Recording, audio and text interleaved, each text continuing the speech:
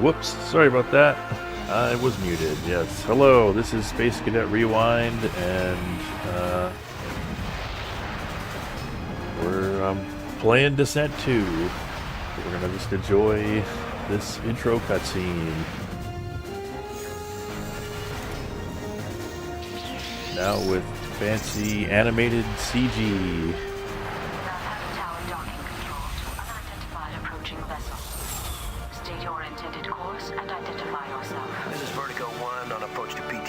Outer Rim Station MIL 132. Request clearance to dock. Vertigo 1, please confirm security clearance A7. Affirmative. Transmitting now. Vertigo 1, you are cleared for docking bay 3. So I believe we are coming back from, having dealt with the robot infestation from Descent 1. Your transfer to this station was recuperative. Your concern is as underwhelming as ever, Dravis. We have traced the alien infestation's vector from our holdings in the Alien Zeta system, where we require you to gather reconnaissance information. We are fitting your ship with a warp drive prototype. Never mentioned aliens last time. My contractual obligations, Dravis. I'm not doing any more of your dirty work. Yes, your primary obligations have indeed been met, but if you study your standard mercenary agreement, you will notice that PTMC reserves the right to keep you on retainer for up to 72 hours post-mission. Dravis, you son of a... If you choose to decline further service, we may consider you in default in your contract, and your fee may be suspended pending litigation. Good luck, Material Defender. Dravis, out.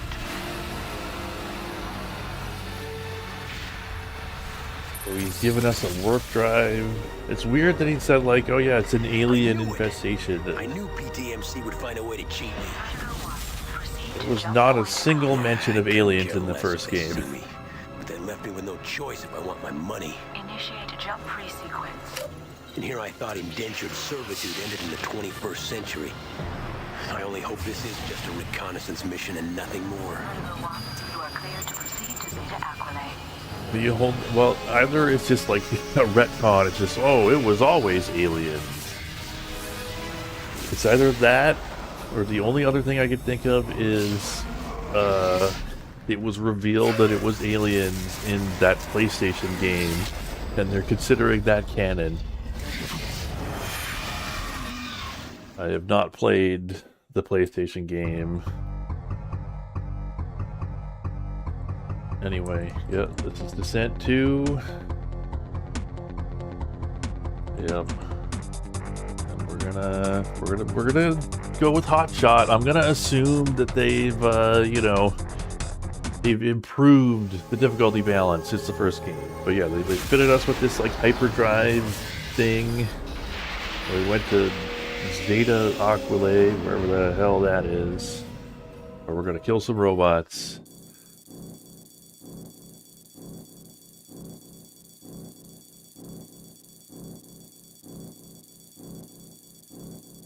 Guide bot. The Res Comp robot was originally made as a tour guide of the mines, but its modifications make it a perfect tool for you to use in the upcoming missions. Yeah, so this is a big change from the first game because, under people, I'm sure a lot of people got lost in that first game and submitted feedback to that effect. The guide bot was their solution. Portable equalizing standard transbot. Pest. So yeah, this is just like the smallest, weakest enemy, I guess. Small transport bot. Its modifications allow it to carry small armament, but shouldn't be a large factor unless you're severely injured.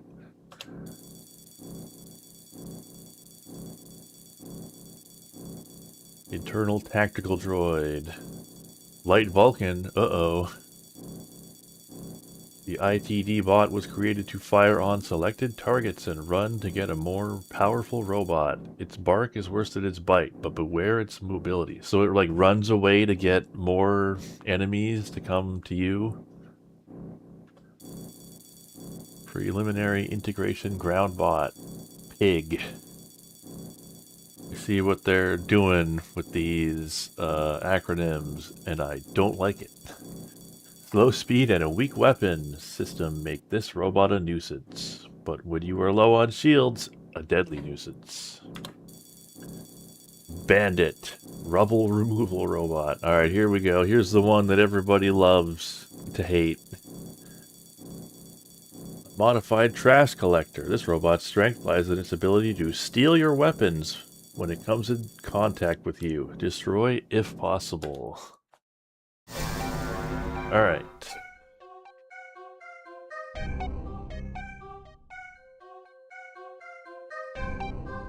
Okay. That's weird. Oh. You know what?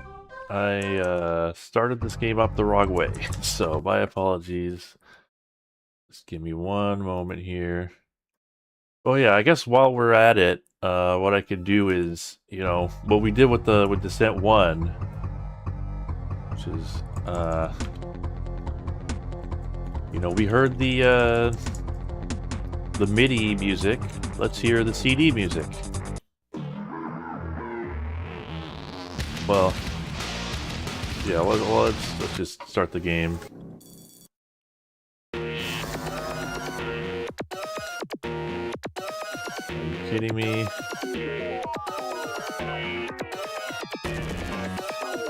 Alright, there we go. Alright, so that's the guide bot.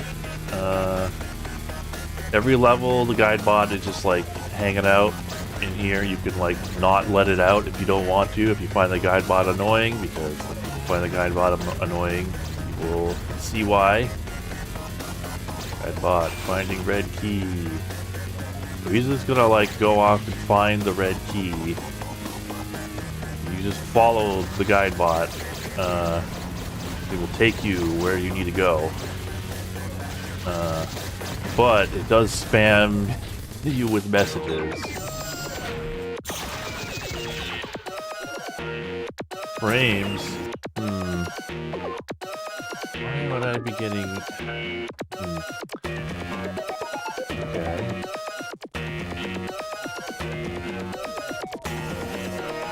Oh, wait a minute. I think I might know why.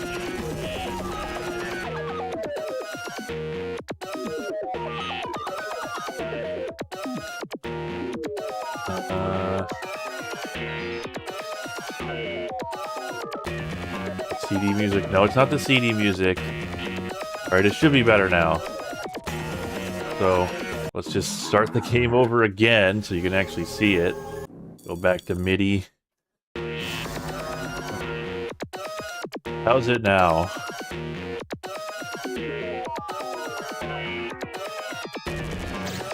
Doing okay now?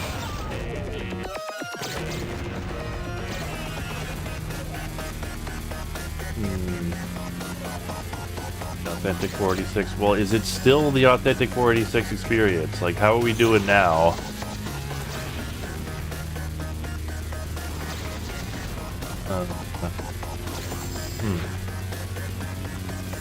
No, not better. Okay.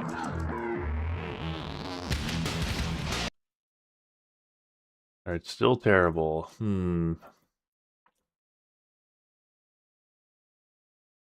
What we're gonna do is...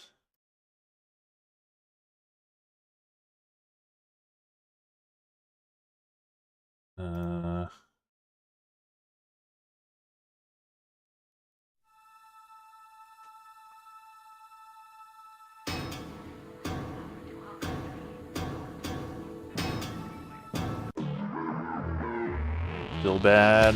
Okay. There's the music switch. It shouldn't be the music. I am almost sure that it's not the music.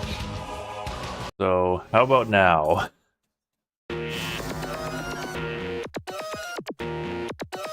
It's funny because it doesn't show up in my metrics as being bad at all, which is very strange. Yeah, we gotta see in game. Normal again? Alright.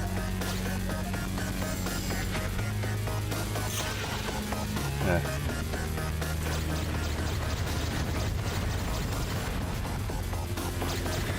Alright, so there's these, like... There's this annoying mechanic, in my opinion it's annoying, where, like, there are certain, like, secret doors where, like, you, like, destroy a panel or something, and then the door, a secret door will open, but it only opens once, so if you don't, like, find out where it is and go through it immediately, you're kind of screwed.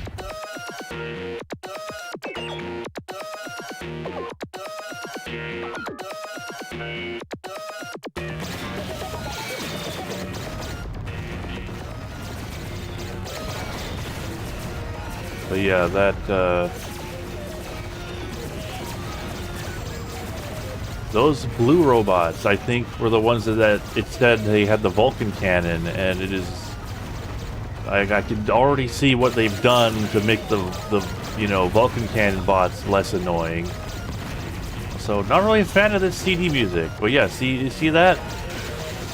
They're like slow-moving projectiles now, so basically not, I mean, so it turns out the Vulcan cannon was never hit scan, but it was like almost hit scan, like, which it's not hit scan. Hit scan's kind of an on or off kind of thing, but yeah, the bullets do not hit almost instantly anymore, so you could at least theoretically try to dodge them. Alright, door open where? Here? Must be dead.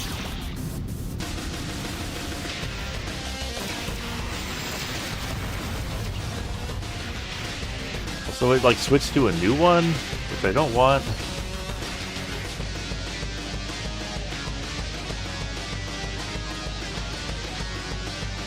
One track per level.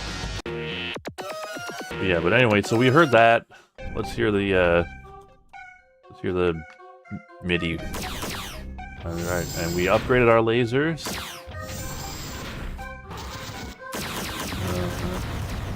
We're gonna rescue these guys.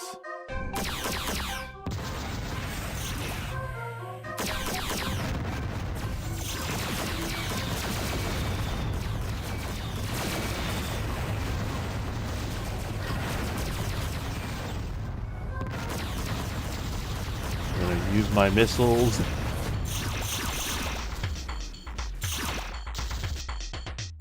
Yeah, totally different mood. I mean, yeah, this is better, to be honest. I agree.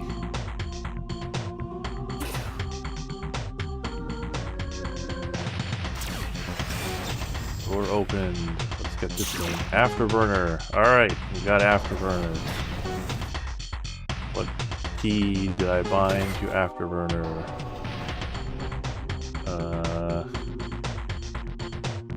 No, wasn't that.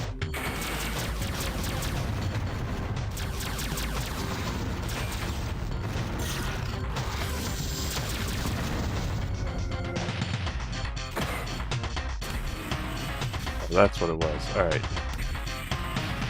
So yeah. So I never really did it. Okay, I just laid a mine there.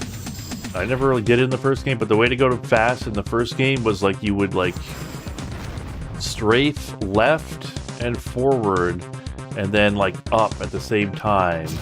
And it would like combine the vectors from all of those like thrust directions into one you know, vector of going very fast.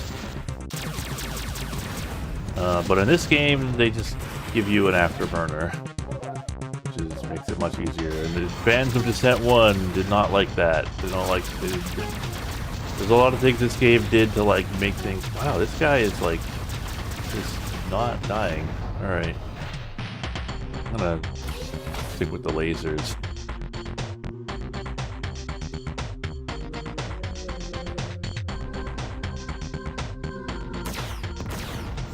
Testing area, and we'll get another laser upgrade.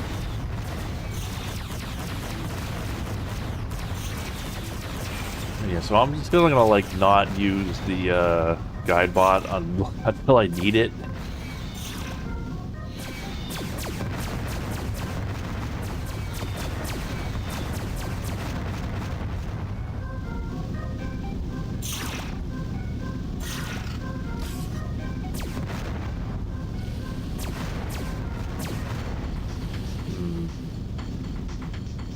Seemed like there was something in there, but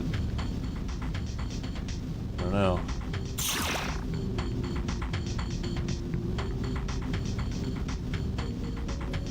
Yeah, well, I'm not a fan of that first track, but you know, I'll keep an open mind. The music has to be pixelated too. Alright, so I'm gonna open the map here to see where we've been. Alright, here we go. Energy to shield converter.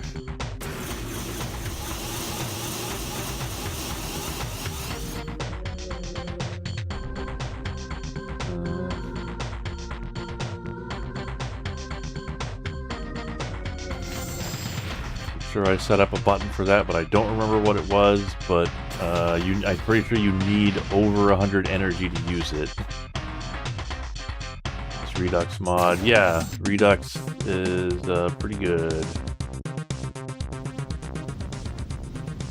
Yeah, that's the plan. It's like, you know, I'm kind of backed up on videos to do, but this would theoretically, at some point, become a retrospective video, like a, I don't know, 20 to 30 minute long one. Alright, where are we going?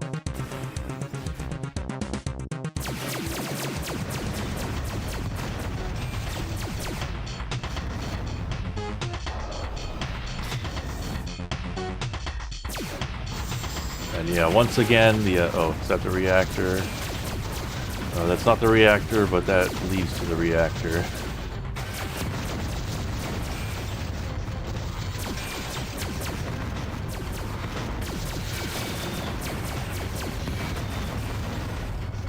Oh, well. Say, might as well use the missiles. Use them or lose them, right?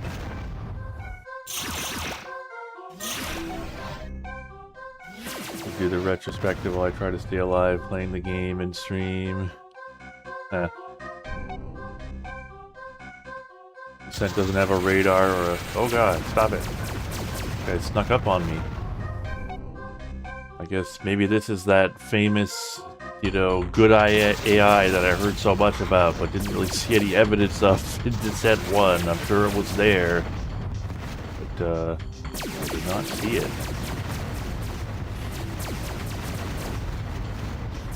Like, most of the robots just didn't even really move at all from their starting positions. Alright, so that's the exit.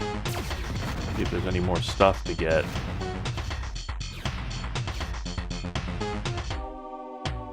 Can the guide bot tell us anything?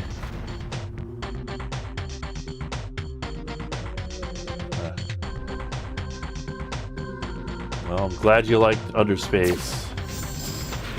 I mean, I figure anybody who liked Freelancer is gonna like that game. Almost certainly.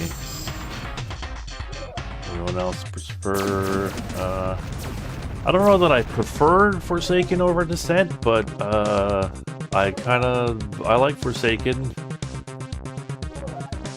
Although I find, well, at least in the you know, PC and PlayStation version of Forsaken, the level design is like, it makes the level design in Descent 1 seem positive. Oh, he's just taking me to the reactor. So I think there's like ways to, like, guide bot menu, Shift F4. It's like, okay. Yeah, so I can tell the guide bot to, you know, find things for me. So, like, find a hostage. Are there any hostages left? Nope, no hostages.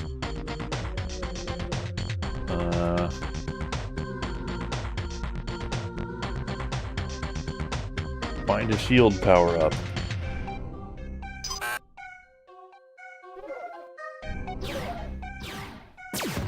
Well, it's trying to get through there, but it can't. I wonder if that'll open up when I destroy the reactor. Self-destruct sequence No. activated. Well, too late now. We gotta go. So let's head out. Goodbye, guide bot.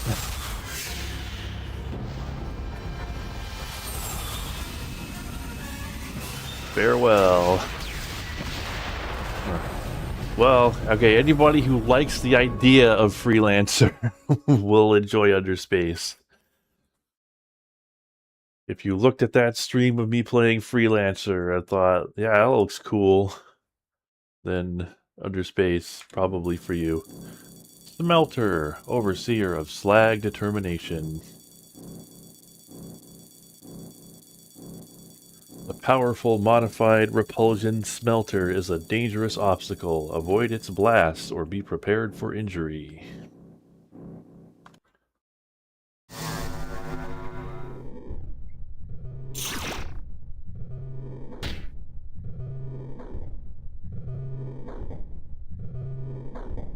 Quiet music in this level.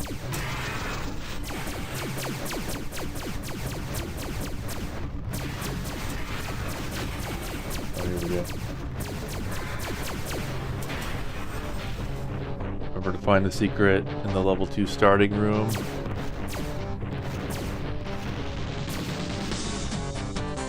Okay, oh wow, now it's good. It's getting going. Alright, where's this secret in the starting room? We were in the level 2 starting room.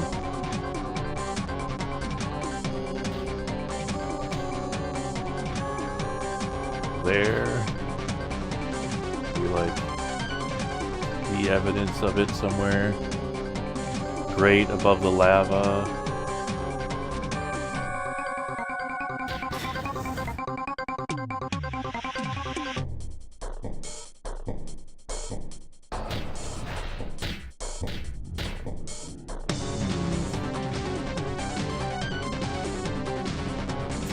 We need to come in from somewhere else. Oh no, I see.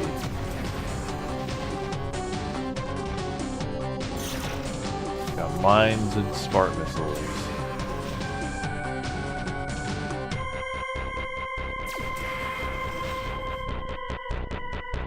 Oh yeah, I bet people just like raided every other game to put, you know, music in to their Doom wads. Alright. Doors unlocked. I guess these doors were locked. Well, not anymore. We're gonna leave the guide bot alone unless we need it, because he's kind of annoying. I mean, I guess you can tell him to go away. In which case, like, I guess I could just let him out and then tell him to leave me alone. And then if I need him, I can call for him. Funny thing is, you can destroy the guide bot. He can take a lot of punishment, but if you shoot him enough, I think he will die.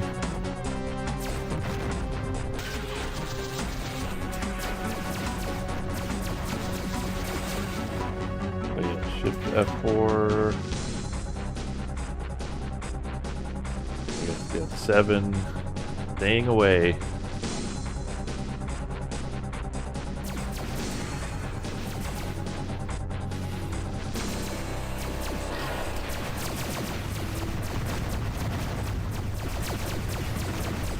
The deal with the smart missile seems to be it, like, you know, you shoot it and then it hits the wall or whatever and projectiles come out and shoot. Those are what actually deal the damage. Get ourselves some energy. I have not been saving at the start of levels. Well, I've only gotten to one level so far, but next level I need to remember to save.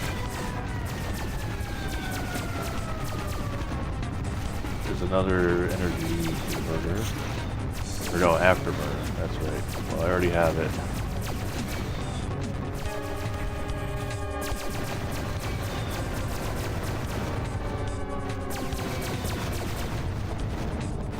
Well, got myself an extra life. This game still has that.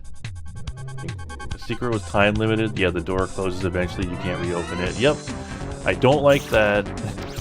The way that, you know, if you shoot these switches, walls open. Oh.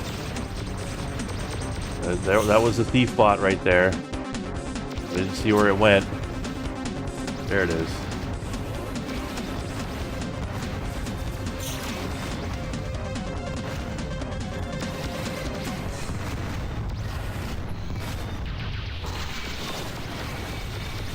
Thief bot has like an annoyingly large amount of HP. Guide bot, you are not doing a very good job of staying away from me. Anyway, killed the Thief bot. There, give me back my stuff.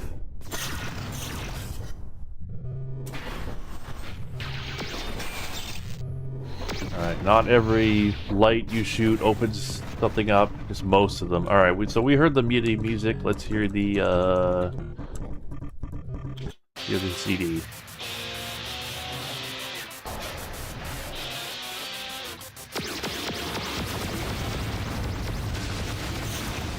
But yeah, of course the Thief bot has to have tons of HP, because otherwise how would it be able to survive long enough to get away with your stuff?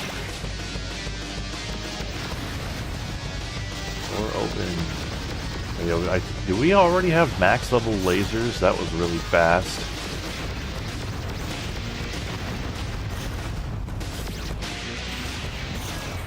Yep, lasers maxed out.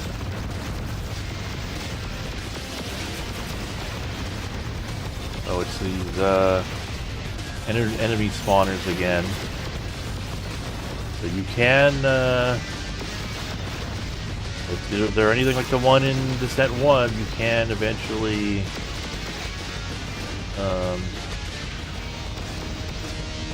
like kill all of the enemies that spawn out of them.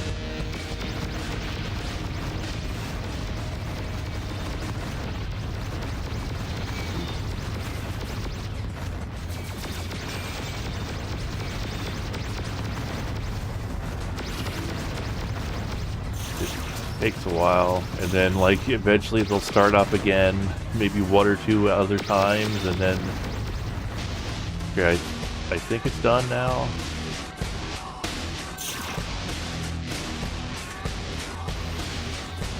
The game only has 4 MIDI tracks for the levels that you use repeatedly. Damn, really? That's not a lot.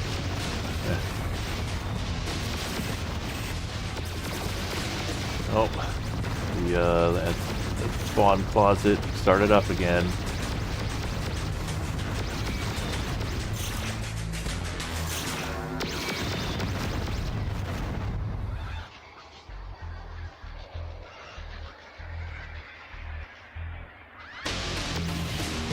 Not open this door.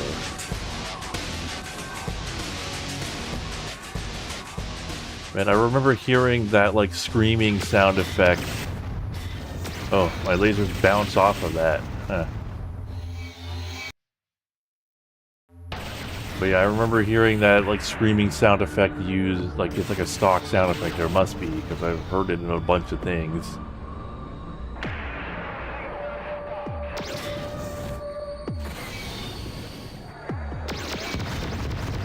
Huh, it's like camouflaged. That's funny. Just put the same texture that was on the walls on the robot.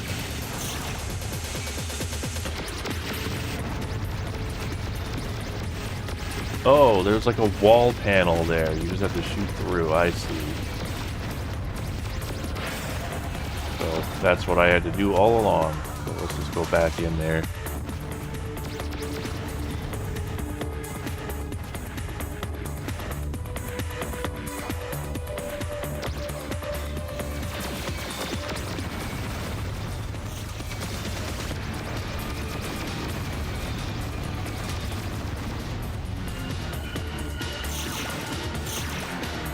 Yeah, I like the first Descent, or you know, I liked a lot of things about the first Descent, but by the end of it, it was pretty frustrating due to like mainly just 2 enemies. So I am hopeful that in this game they sort of made those 2 enemies or whatever their equivalents are a lot less annoying.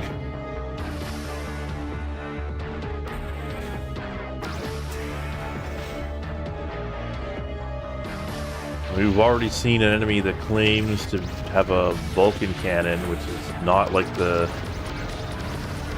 ones in the first game at all. Flash missile, huh?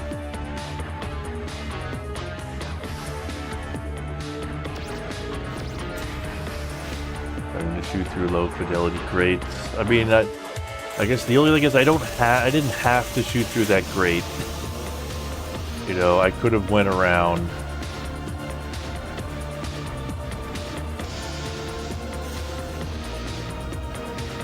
Alright, where am I? Okay, I think I see where to go.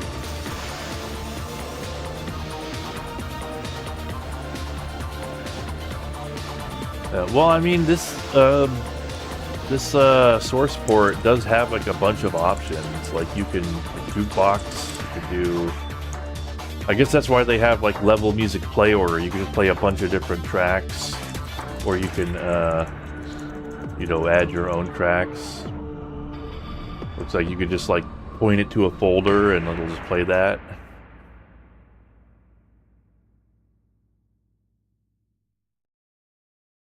Or is it gonna? Okay, yeah, this actually, the source port that we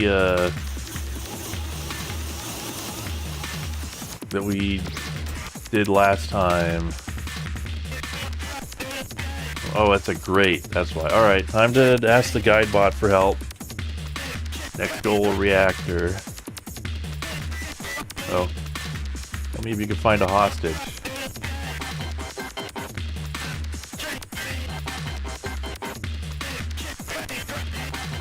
But yeah, you can just like put a folder with your own music in there if you want to. Finding the hostage. Well, where are you? I hear him. There's also a headlight, which is nice. Full map. Oh yeah, look at that.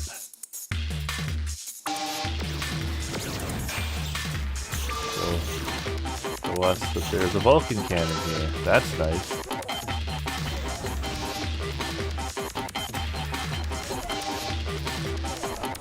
Alright, guide bot. Show me the hostage.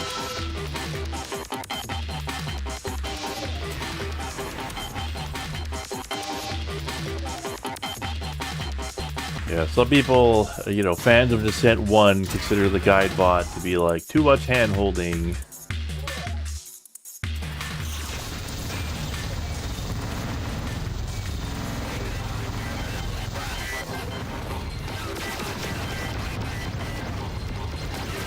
But, you know, you can always just not let it out of its little, like, cubby hole.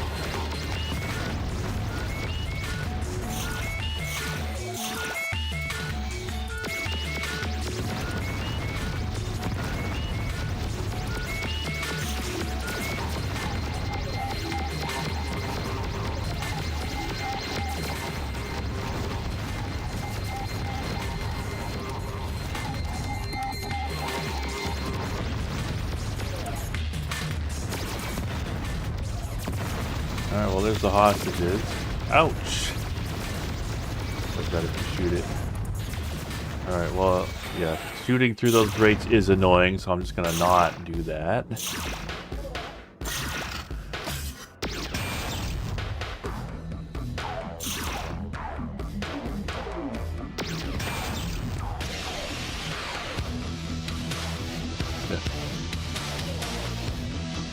Yeah, I mean, the fact that it's optional means it's like, whatever, you can just not use it if you don't like it. I guess, yeah, you might consider it a crutch. Oh, the spawner's active again. Still not a fan of these spawners.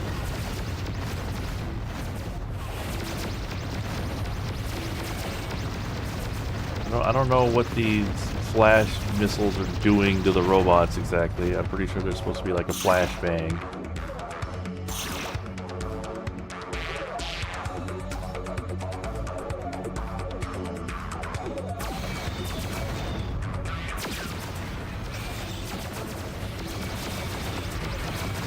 Oh god.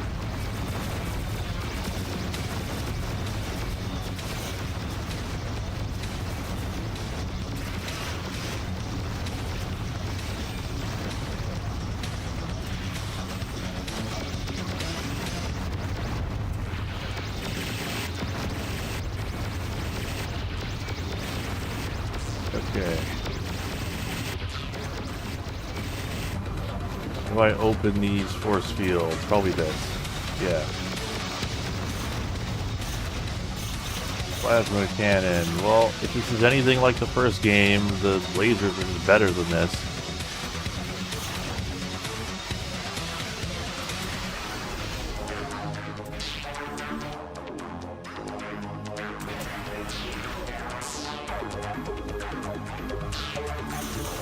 Although I've heard that they like improved like the way, you know, stun works, so that like people would tell me that like if you use the plasma it'll like stun lock enemy bots, but that did not work at Descent 1.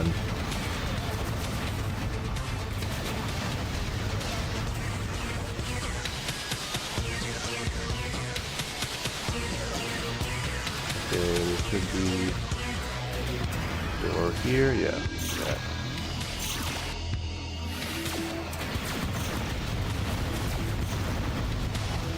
Yeah, and actually this seems to be doing good damage as well. Yeah, so I wonder if like they actually made the, you know, weapons other than the laser and Vulcan actually worth using in this game, which was kind of a problem with the first one. The laser was like when you upgraded it was just better. This is like, it's eating my energy, but it's like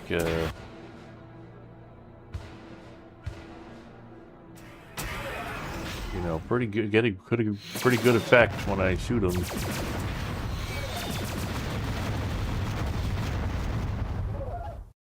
What was wrong with the Descent Underground? It was a whole thing. Well, it not made by the original developers, like the original, you know, founders of Volition. They made a different game, but they didn't have the Descent name. So there was some drama over that, over like, oh, the real one is Overload, right? And they, I guess they got bought out by a bad publisher. Walls open. Okay. Okay, so they're getting a lot out of this like shooting panels in the wall mechanic. That was not a thing in the first game. Are there any panels to shoot in there? It doesn't look like it. Yeah, I own Descent Underground 2 from like a bundle or something. I got a lot of those. I used to get a lot of those bundles anyway. Yeah, these levels are like every bit as complicated as the ones in the first game. They're just, you know, they give you the guide bot to navigate them.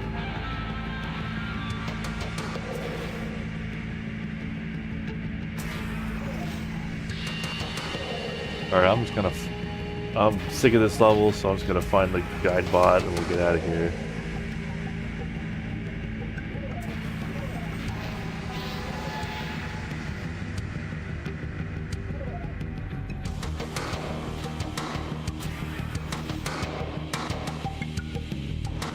Although, there's hostages there. I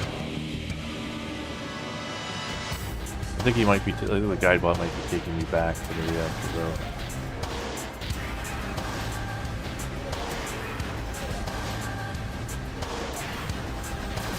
Hey, your headlight's on. Oh yeah.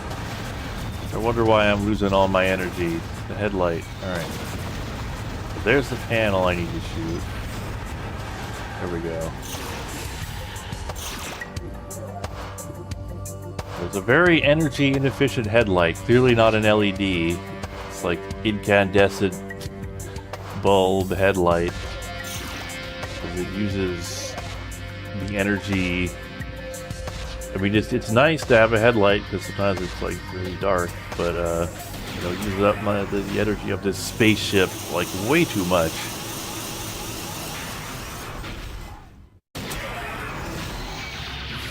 Alright. Go through the red key door.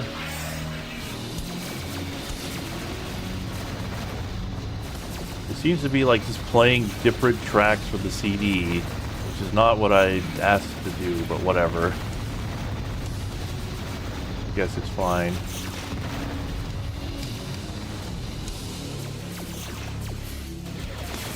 Really liking the plasma gun in this game. Like, actually really good.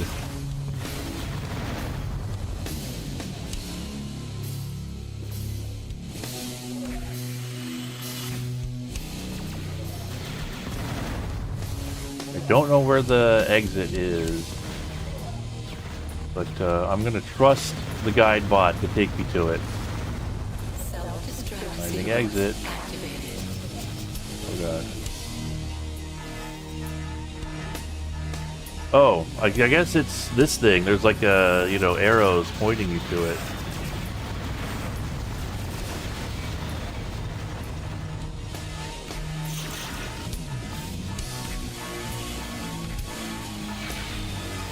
Guess I'm being a little greedy here, but grab these. Alright, let's go.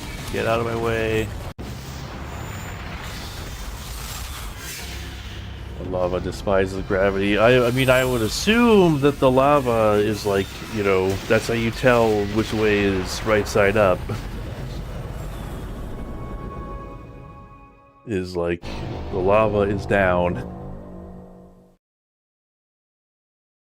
Let's remember, we may have been upside down that whole time. Heard about boar. Oh, right, you know what? We should, we need to, I don't know, I should have looked this up, but I didn't. If somebody could look up where, like, what level the secret levels are on, or what levels, I suppose I could just, you know, I'll make a save on every level anyway, so that if we don't find it naturally, I could just go back and load the save. Diamond Claw, 2nd generation, designed for drilling the hardest rock walls in the mines. This robot will now turn its drills on you. Its crafty technique and guile will make it a difficult opponent.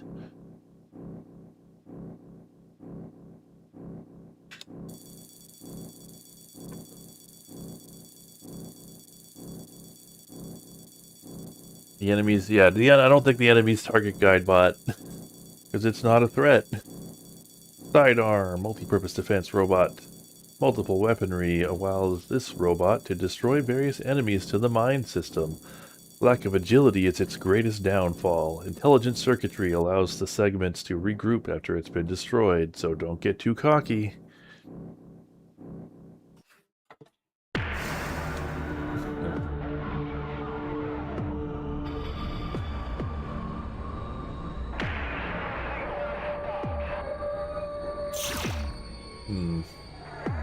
I mean, it's kind of like the thing with level design is, like, you can never guarantee that someone will pick up on all the clues.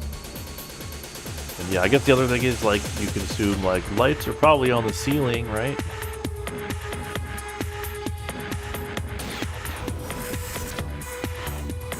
You could have saved her. I gave you all the clues. Ow.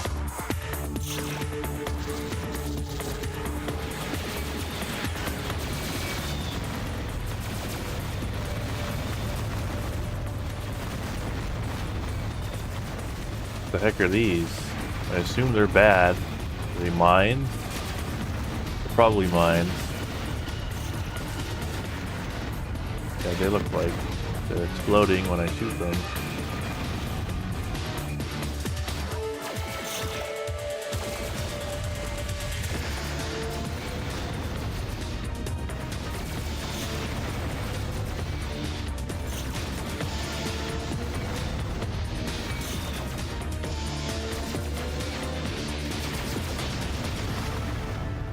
I like the, I think they've, like, made improvements to the behavior of even, like, the basic bots. Like, instead of just sort of, like, shooting randomly, those, like, you know, those, like, base enemy types, like the most basic bots, they sort of, like, shoot them all in a burst, which makes them a bit more, like, makes the combat a bit more coherent.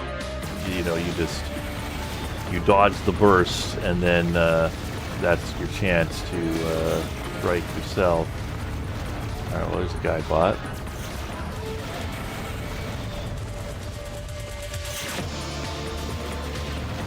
Kind of running low on energy here. I could always ask the guide bot to take me to the nearest charger.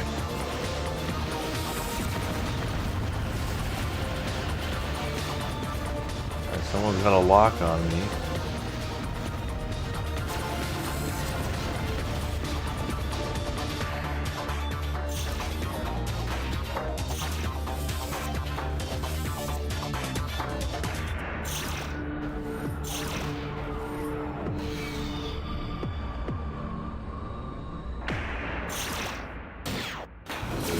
Power level, probably not. That is the thief bot right there. He's like trying to run away, even though I guess he doesn't want to like face me head on. He wants to get behind me.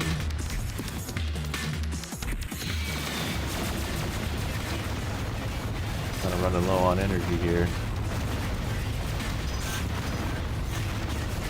Tracking on the missiles just it definitely seems a lot worse than in the first game, or you know, the other source port. At least for the at least the tracking on my missiles. All right, where did you go?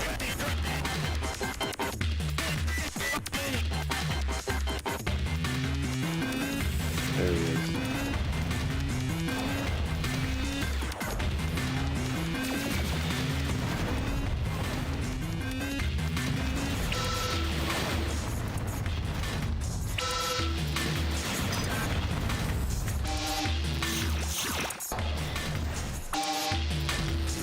Alright, I'd actually need to get find an energy center. Guide bot, take me to one. Oh yeah, that new Quake expansion by Machine Games, which they already made one. They made one earlier. I don't remember what the occasion was, but they made another one. I played the last one they made, but not the newest one yet. I do have Quake on Steam from something. I got like grandfathered in to something. Alright, well if I run out of ammo or energy, I have a Vulcan. In fact, I will switch to it now.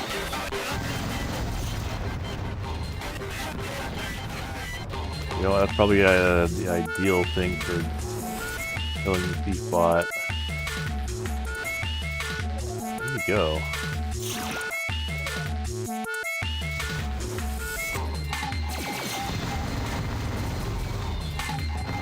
Alright, here we go.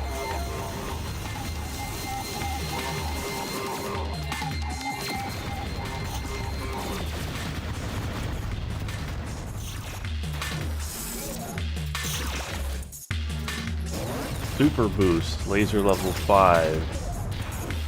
Oh right, I forgot. Well, okay. Now my lasers they're like super boosted. I forgot there's also like quad laser, right? Probably still pretty hard to beat quad lasers. Ow. Oh, you died. Oh, he like shot at plasma at me.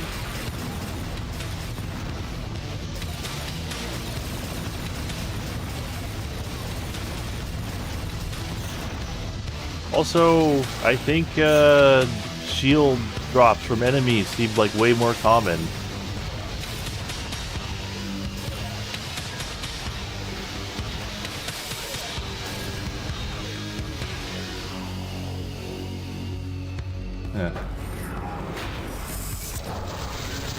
Guidebot is definitely Descent's Jar Jar. Hurt your feelings, you know it to be true.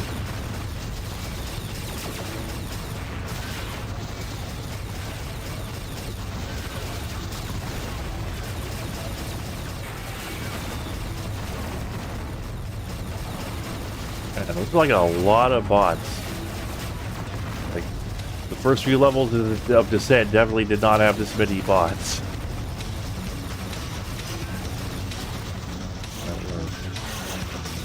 Once again, running out of energy, so let's switch back to the Vulcan. Oh yeah, you can definitely see it like lag behind your like crosshair. Yeah, so it's not hit scan.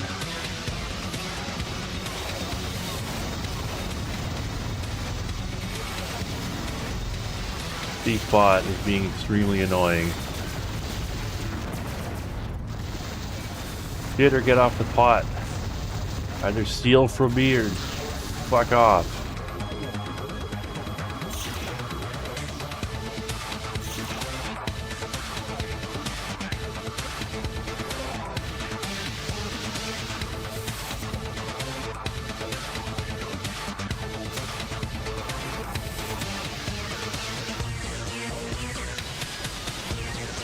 Okay.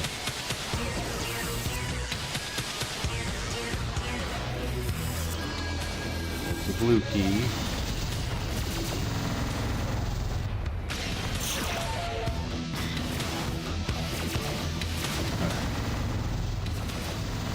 Guidebot's Wheatley art.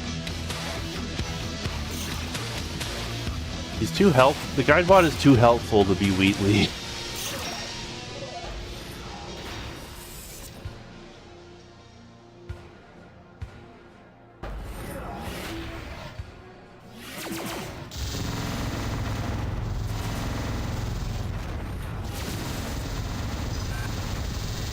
There he is again. The stupid thief bot is still there.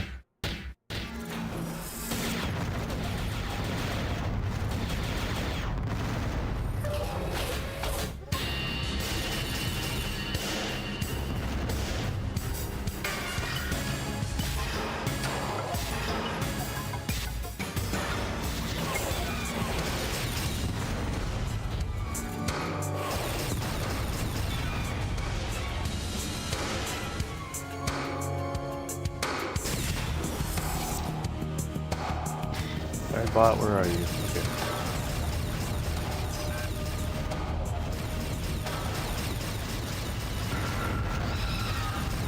Oh my god, finally. Christ, what an asshole. Alright, what are we doing? We're finding the yellow key. He can't open the blue door because only I have the blue key.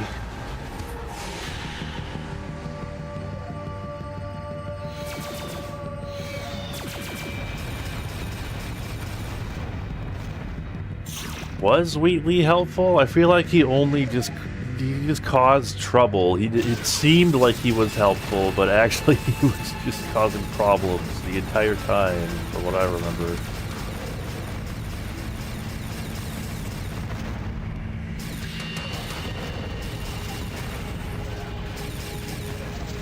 But admittedly, it has been a long time since I played Portal 2.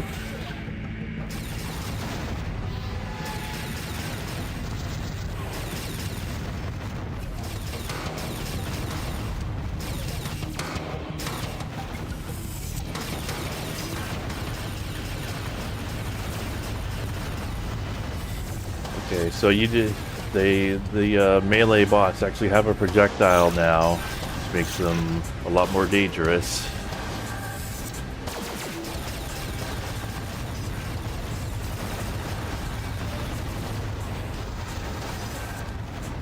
Out of energy.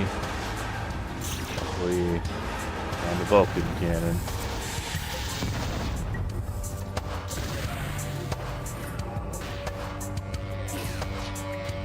I'm here to get you out of here. You can't leave without your buddy Guidebot. Man, I love the way he's just like machine gunning those flares. Seems very wasteful, but yeah, you know, it helps us see. So, you know, ultimately for the good. Alright, here we go.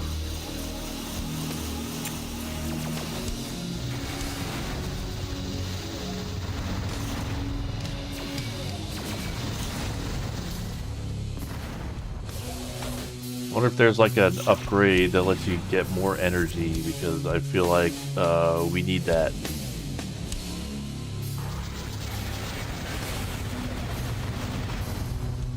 will say, just being able to just like ask to be like, just take me to the nearest recharge center, that makes me feel a lot more capable than I ever was in Set 1. Because like, even if you know, had found one in the level, you have to be able to get back to it, and you know, good luck doing that sometimes. So can I upgrade the laser even more? Super boost laser level 6.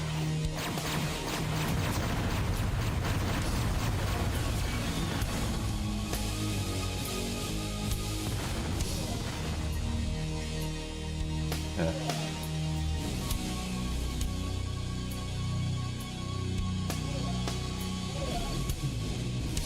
Get the gauss before I progress through the blue door. Oh, yeah, sorry, I haven't been catching every chat message because there's a bunch of them and the game takes a lot of focus. But,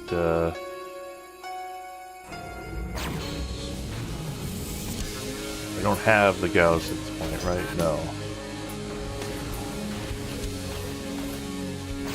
Yeah, so every weapon that looks like it has like a level 2, like a, you know, second level upgrade.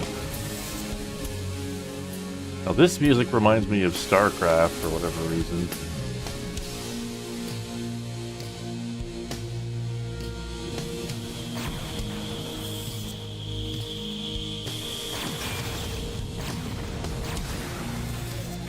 Door unlocked. What was hitting me there? So I unlocked a door, but I don't know where it is.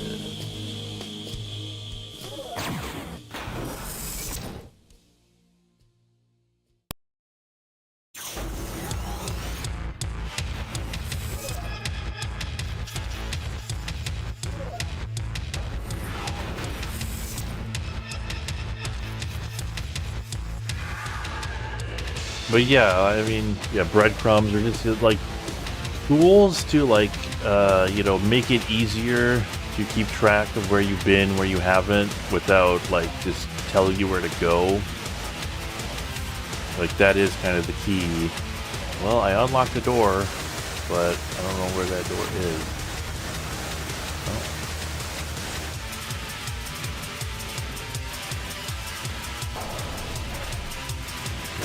Field. Oh, here we go. Is this it? This might be it.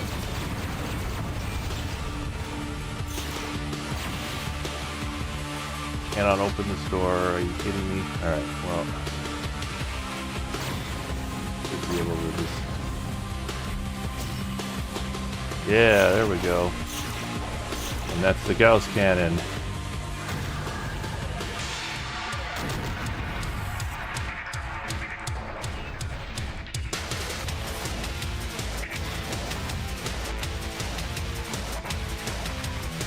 You know what? I forgot to save again. Whoops.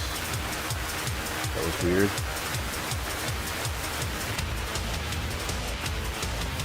Oh, no, wait, this is level 3.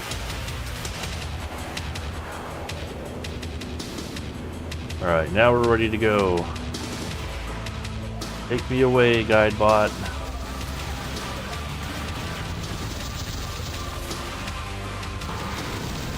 Gauss cannon. Wow, this thing is pretty good.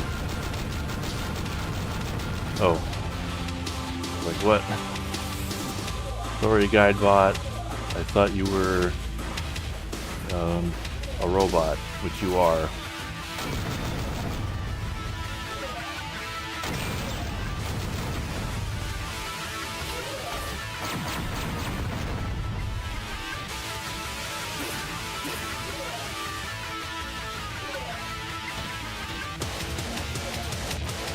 Weirdly muddy on this level. Is it just this one? Like this texture specifically?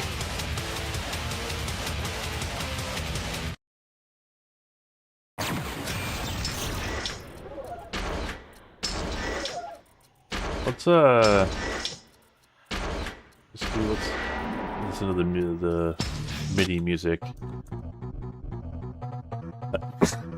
I know, like a pretty sick-sounding industrial track was just coming on, but I'm sure we'll hear that eventually. Yeah.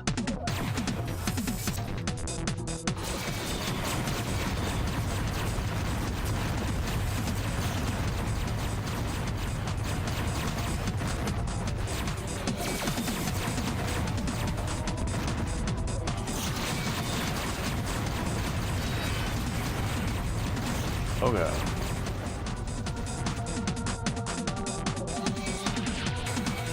Gauss kind of uses an exorbitant amount of ammo compared to the Vulcan. Noted.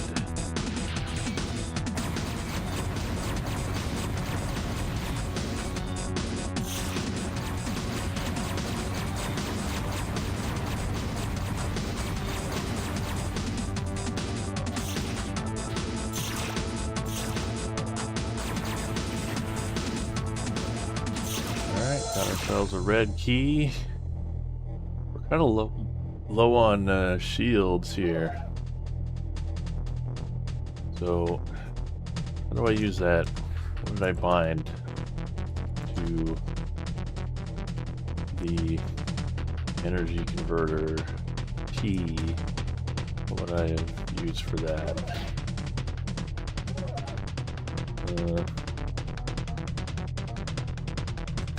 Well, use that. So yeah, you can only convert energy over 100 to shields.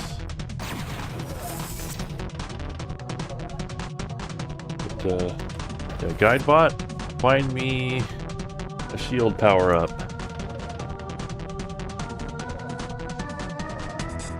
The nearest shield power-up is forward.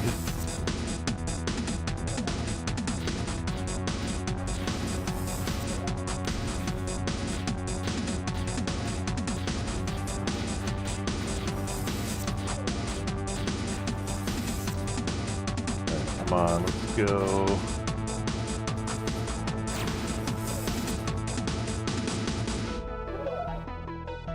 Okay, this is like back in the first part of the level. I didn't know you were gonna have to go this far to find me a shield power-up. Well, she's gonna find it and it's gonna be like behind a grate or something that I can't get through. Holy shit. We're still going, huh? Right there it is. Hitting reactor. Give me another one.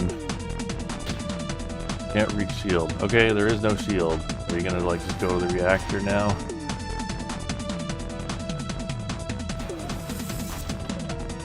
Yep, finding reactor. Descent, boomer shooter. Yeah, I mean, Civvy played it and it was not out of place, so sure. I mean, I don't know.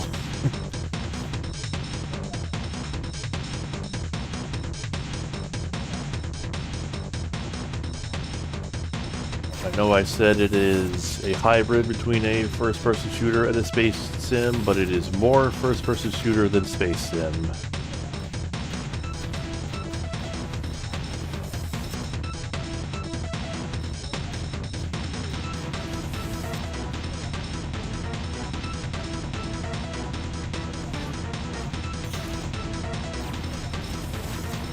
Oh, look at that thing. It's the, enemy that they introduced, or they told us about in the briefing.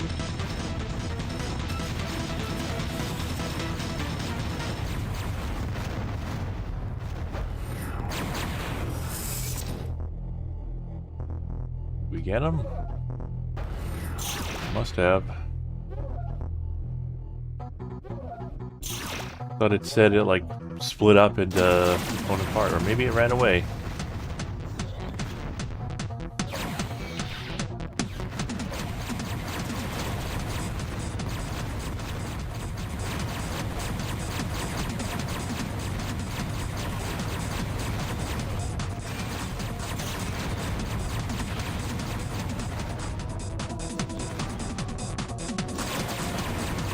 Alright, Guidebot's definitely being pretty annoying right now. Alright, there's a reactor. There's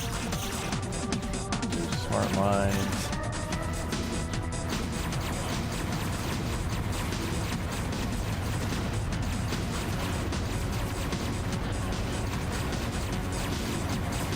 Are those like plasma shots homing somehow? Because it's like telling me I got a lock. Like someone's got a lock on me on the left there whenever those plasma projectiles come out.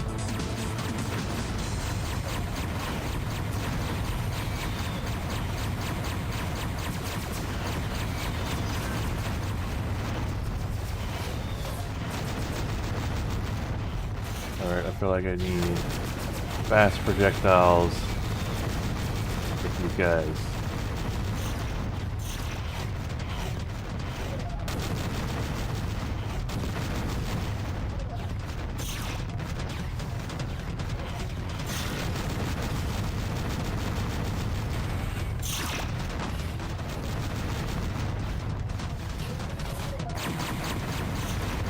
Yeah, the spawn rate, like the drop rate for shield orbs is like way higher now, it seems like. Alright, let's get out of here, Guidebot. Blow this popsicle stand. Nope, don't have time to deal with that. Come on, let's go.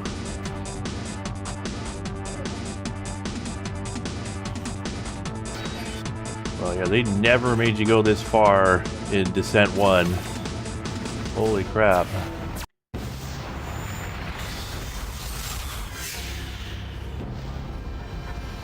Yeah, Descent 2 is taking off the gloves.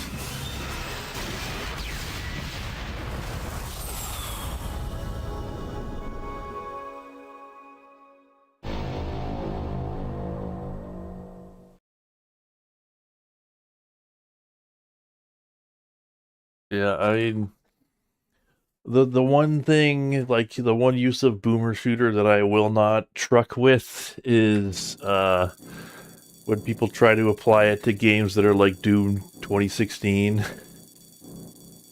Like those are not boomer shooters. They're you know, Shadow Warrior reboot like LOV guard, or the, I don't know if that's a V or a U. This is a bad font. Designed to protect mine entrances with its size as well as armament, this robot moves rarely but effectively. Long distance attacks are your best hope against this robot. I don't have time to guide with myself. I mean, it's whatever. They can do what they want with Doom. It just don't call it a boomer shooter. And I mean, id's not calling it a boomer shooter either. I've just seen people call it that. It's like that. And it's not. They are not making that game like they used to make them. Like, it's not the same thing. But I will die on that hill. I quite liked Doom: The Dark Ages. Somebody who may be here now in my chat was mentioning how much they liked the DLC for that game, and yeah, I kind of lamented that, like, I played that game on Game Pass, and you know, Game Pass. Oh god, those are homing missiles. Here we go. This is when things might get painful. He's dead. Hopefully he's dead. But yeah, like I had it on. Oh, yeah, those are definitely mines. Wow. But you know, I played it on Game Pass. But the problem is, Game Pass for most games doesn't get you DLC. So if I wanted to play the DLC, I'd have to buy it. But I'm not buying DLC for a game I don't own like that. Absolutely not. So it's kind of a catch-22 situation. Doors unlocked. Somebody laying those mines?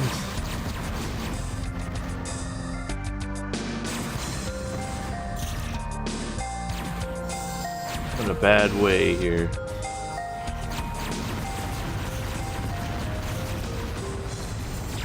Through. No, I don't want to be using the fusion cannon right now. It's not the time for that.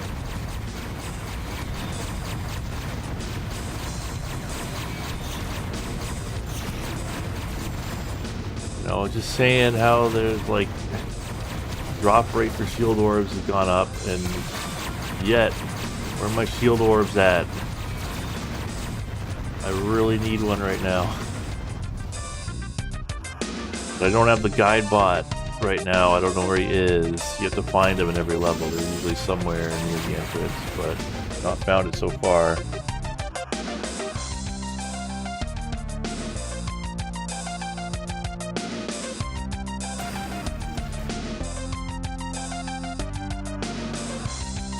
Yeah, I need everything. Tell me about it. Well, where the gloves came off. Alright, here we go. Oh! Well, we're gonna just keep going with that. It has a live system, we're just gonna live with it.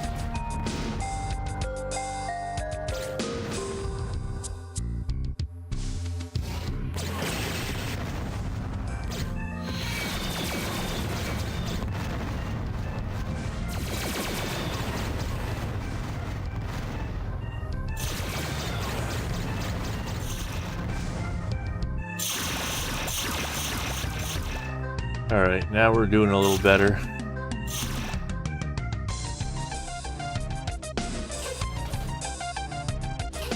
I feel like the plasma might actually still be better.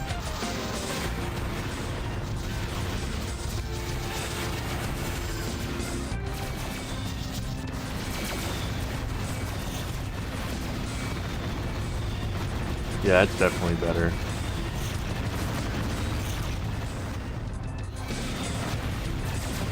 Yeah, that's a lot of bots.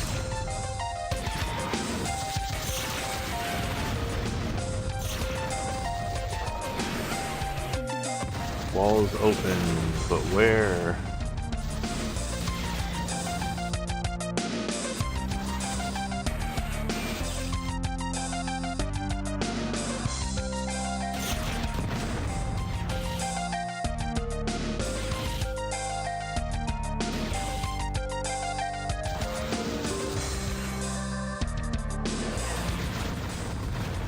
That thing. I don't think we got a briefing about that, whatever the hell that was. I'm really gonna go look at it.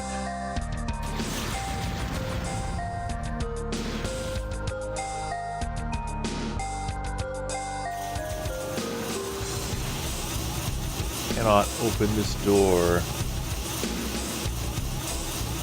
Where's Guidebot is in the starting room? Where's Guidey? Well, then I gotta find the starting room again.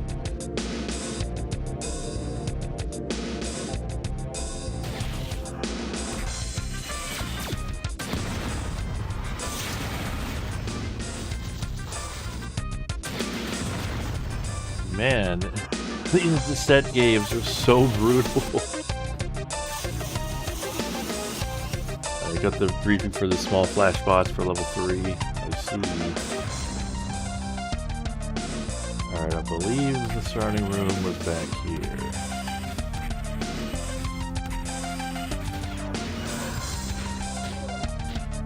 Oh yeah, I hear him. There he is. There you are.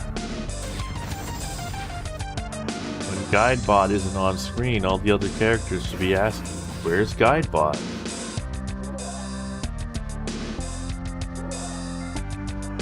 I am pretty into this mini song. Are you done yet, you stupid fucking... I really don't like those respawners. Not a fan.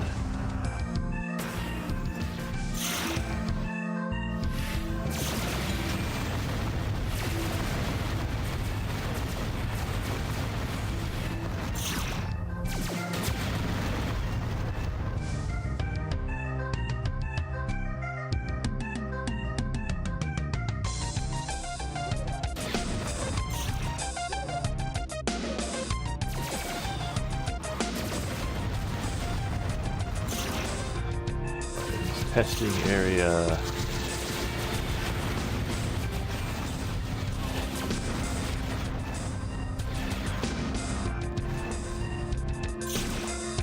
Super laser maxed out. So is that? Alright, yeah, I think honestly the plasma still feels better than even the max super laser. Of course, we don't have the quad yet. Although I don't know, maybe that doesn't exist. Maybe the super laser is the equivalent of the quad.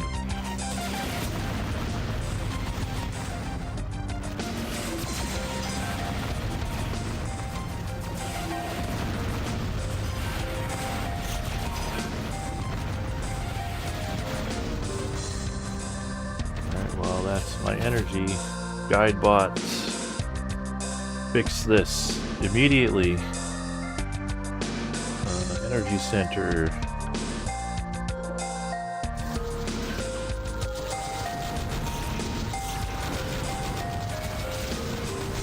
Wow. Big fan of the Gauss cannon. Good to go, guide bot. Alright, there you are.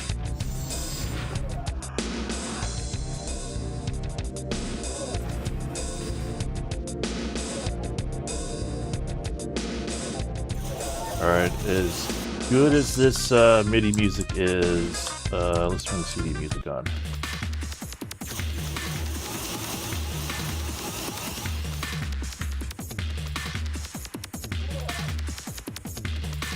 Where'd you go, guide bot?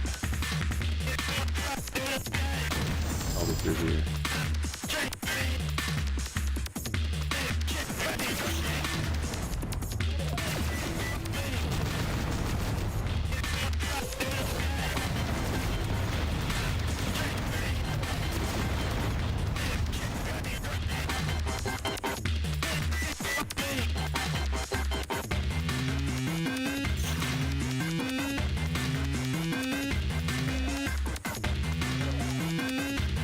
Plasma sprites don't have enough life to them.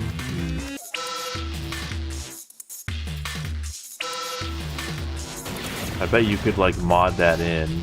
Just make them like look more animated basically.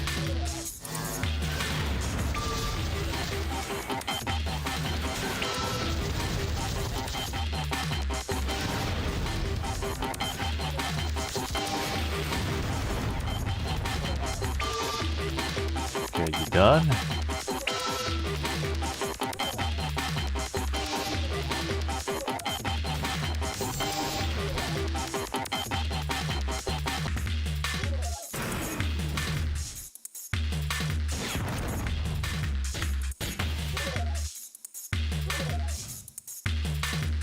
But yeah, there's a lot of things where, like, you know, I bet it isn't even a resource thing. I bet it's just like, you know, people know better technique for making good animations now.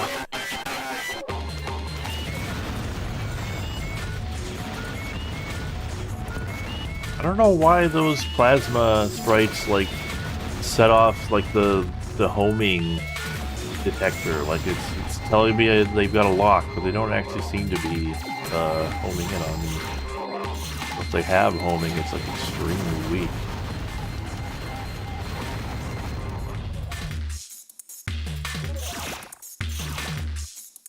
Alright, got that key.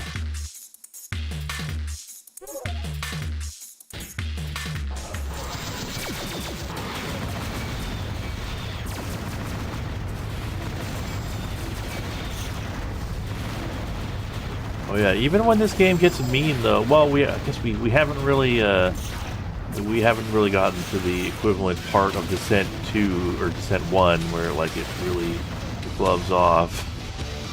So I should suspend judgment until we get to that point.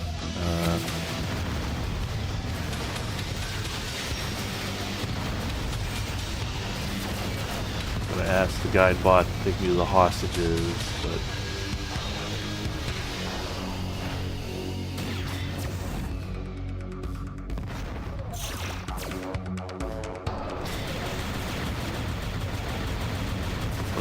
let's like find the reactor and then I will ask it to take me to the hostages.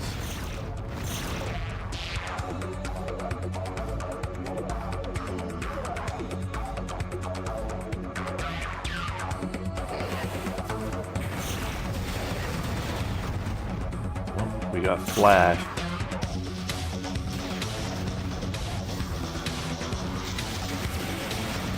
Whoa. That looks like an energy center, but weird, we can't see the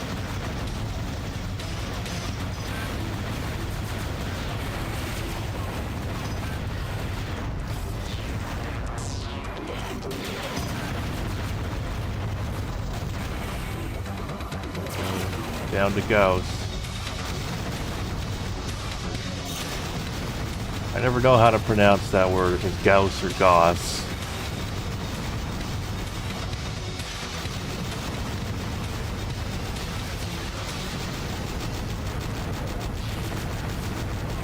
That's quite a room.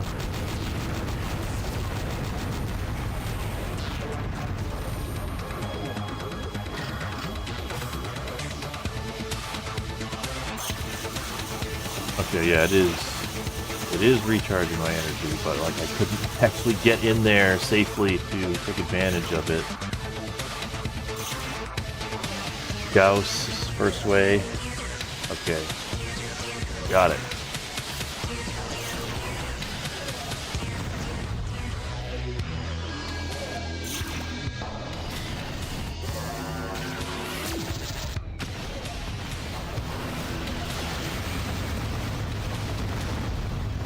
Alright, that is the equivalent of the Super Hulk. That's, you know, what would be the problem enemy. Finding the boss robot. There's a boss robot.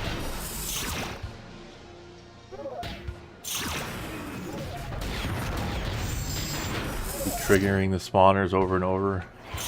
Aren't they supposed to run out eventually?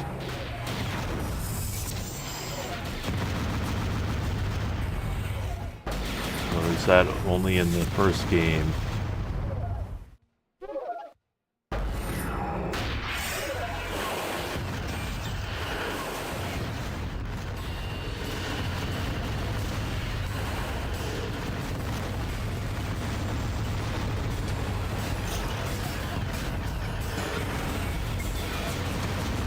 Alright, well, here's the boss robot.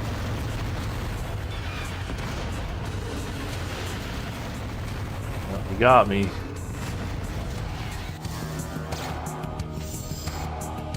Three levels in and we got a boss already, huh? Well, good thing I didn't go for the hostages. Oh, he's right here.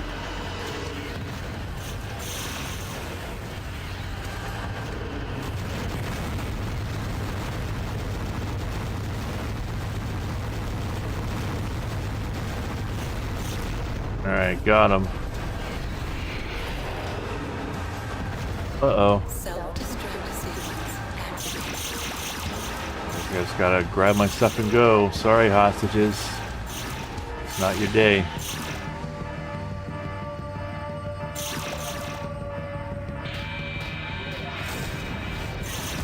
Guidebot, where are you? Oh my god, Guidebot. Guidebot. Oh, we're 4 levels in, right.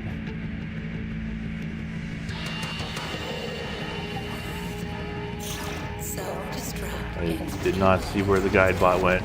9, 8, 7, 6, 5, 4, 3, Ugh.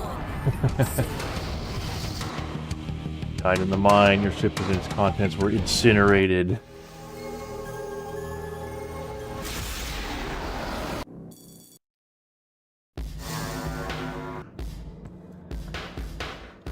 Let's load our save game there. self-destruct in T-minus 10, 9, 8, Guidebot. 7, 6, 5, 4, 3, 2, 1. Okay. Hostage solidarity because we both died horribly.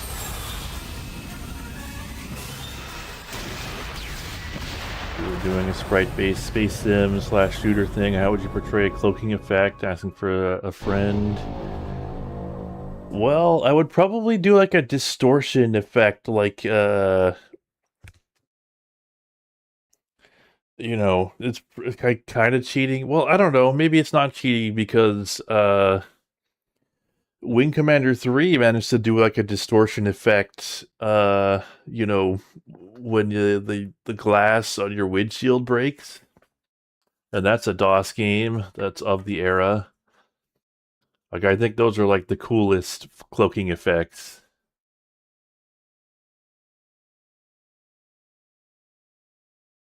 Many spawners have one-time triggers. This one does not. If you keep going through that hallway, you re-trigger them. Doom had good cloaking. Yeah, that had like a weird, I don't, it's hard to even describe whatever the hell's going on with that effect. The fuzz effect. Yeah, that would be like impossible to see in a space skybox.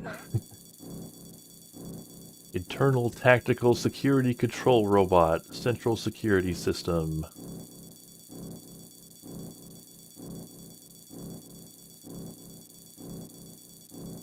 The ITSC robot was designed as backup for the ITD bot and is a powerful counterpart. Speed and deadly weapons will make this robot a deadly foe. Do not provoke. So it's got a Vulcan cannon and a missile launcher at the same time. It's both of the problem enemy, you know, both of the problem enemies in one. So I hope they know what they're doing. Fox attack bot, external operations, emergency response security system. This robot was designed to respond to emergency situations quickly and accurately. The speed of its deadly weapon system make this one of the most dangerous opponents you'll face.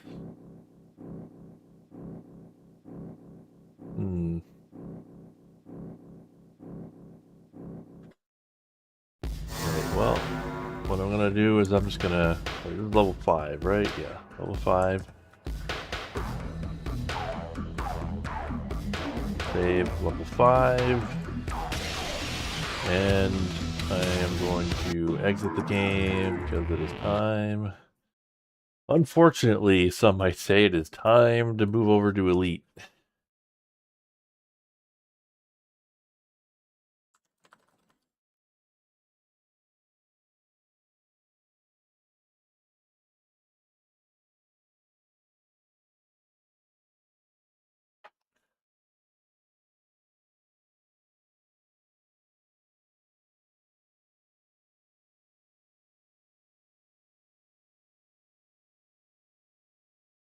Yeah, it's funny that do not provoke as if there were any other option.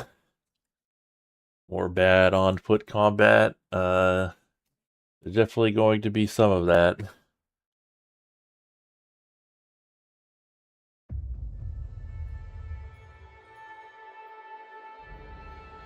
Alright, let me know if the frame rate's bad. It shouldn't be, but if it is, there is something I could do to fix it.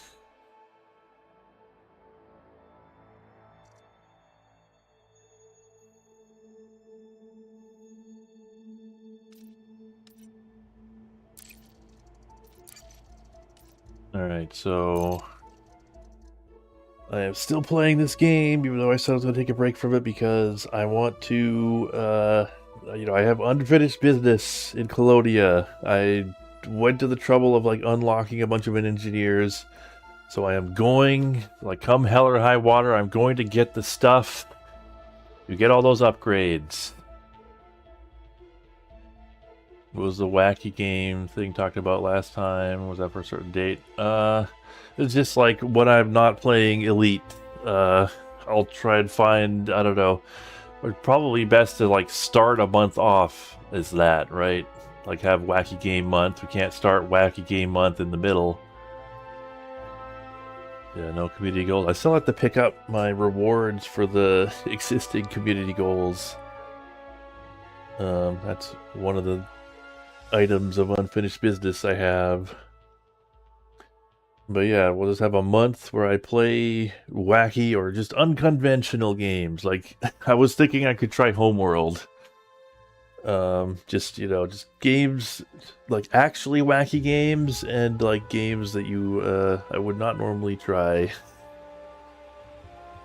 That I did find all the cocktail recipes. So, but yeah, last thing I did, last thing I did was I found a mission that drops one of the things I want.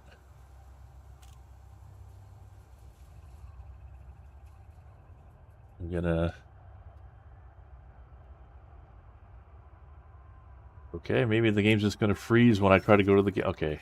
I should not have gone to the galaxy map. What I should do is...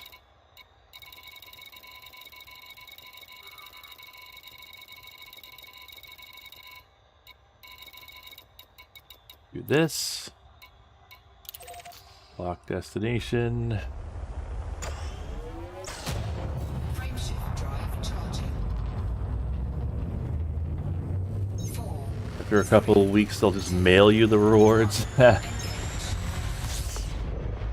convenient.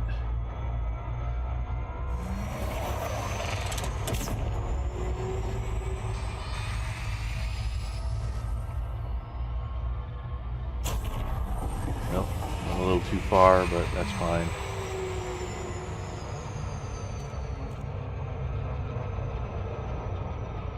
Still faster than doing it, than like trying to feather it would have been.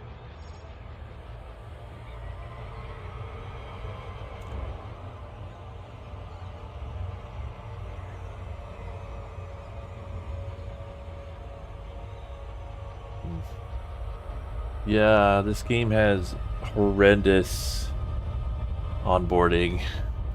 But alright, so I took this mission to prepare Hasegawa Agricultural Garden for operation. Took it because it drops manufacturing instructions, which are very annoyingly hard to get, and you need a lot of them. Like a lot of them.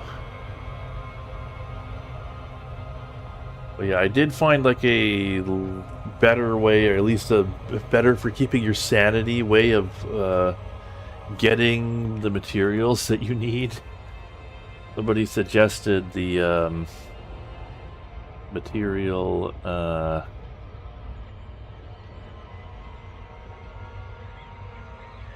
what's it called?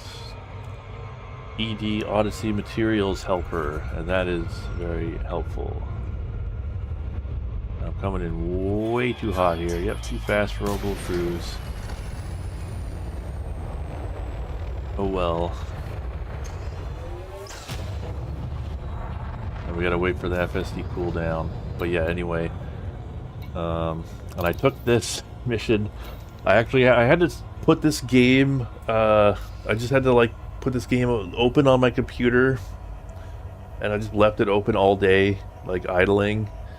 Because I, at some point, picked up a lot of, what is this called right here at the bottom, see where it says notoriety?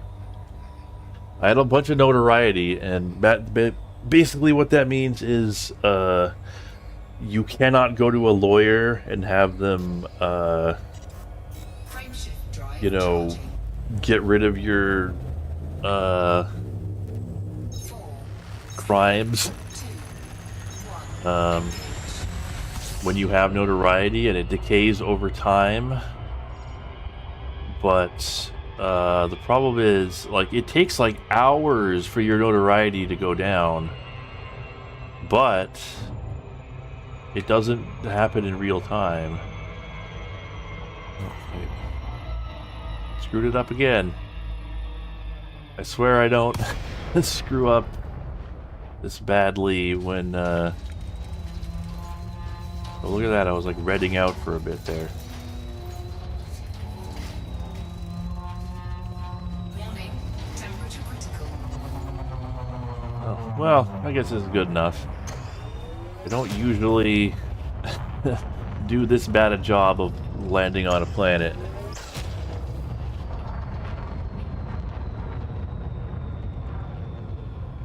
I mean, they do technically have a way to do the braking part automatically. That's the Super Cruise assist. But the problem with that is that it's slow. Yeah, notoriety only decays when you're playing, even though it takes like literally like 5 hours. Like, if you're at the max notoriety, I don't think I was at the max, but like, yeah. But, you know, if you're just like idling on a station, it still decays. So like, why not have it decay when you're out of system? Like, it just doesn't make any sense. It's really stupid and obnoxious. Like, it just encourages you to just idle for hours, you know, while you're away from your computer.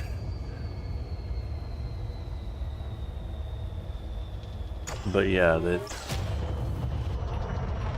they don't want to automate too much because, like, you know, driving your spaceship kind of is the game. Docking request granted.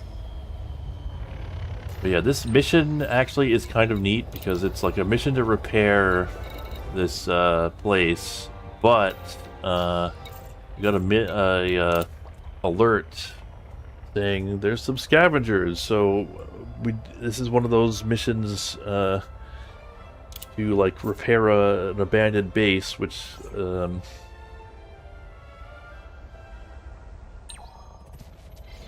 you've been watching me play this game, you've seen, but this time there are enemies. Landing gear deployed. But yeah, like, driving your spaceship is the game, so they don't want to automate too much of it, basically.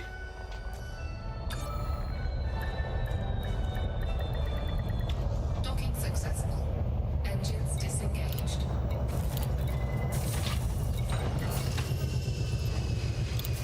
Alright, so I'm gonna...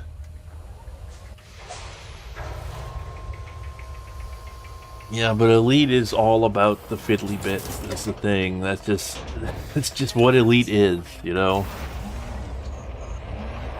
Alright. So, Warren Schneider. Your number's up. So you know what? It's gonna be too much of a pain to do it from the SRV. Just gonna get out and shoot him.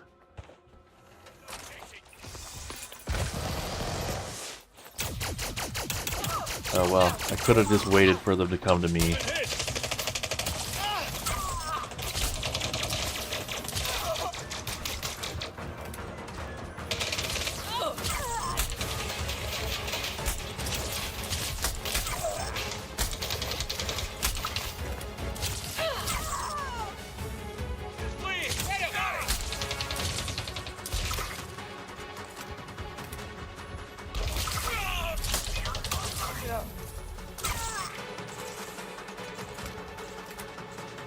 Alright, killed all those guys.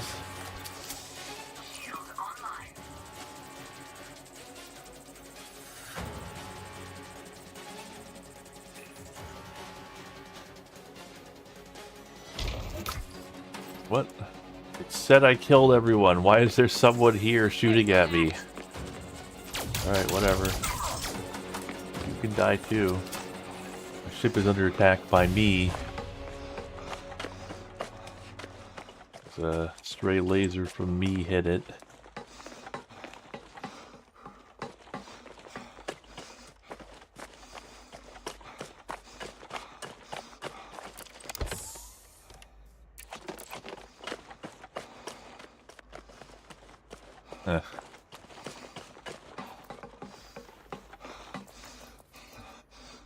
This does kind of have that fake video game feel to it. Not gonna lie.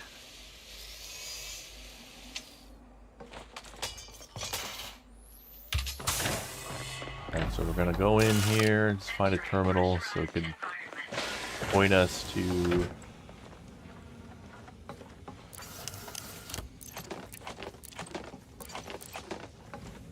the power building.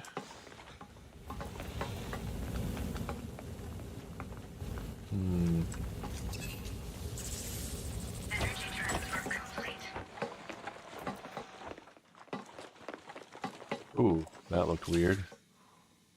Alright, come on. Where are these terminals? What the heck? Alright, there it is. Energy transfer complete. Have I ever played any Battletech? No, I have not. Alright, power plant.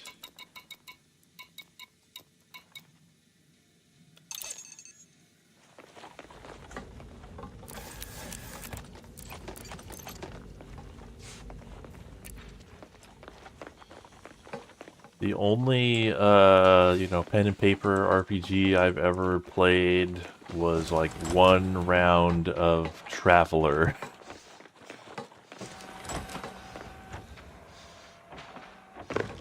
One session. Pressurized environment. Alright, so we found the, power plant. So we just need to get there.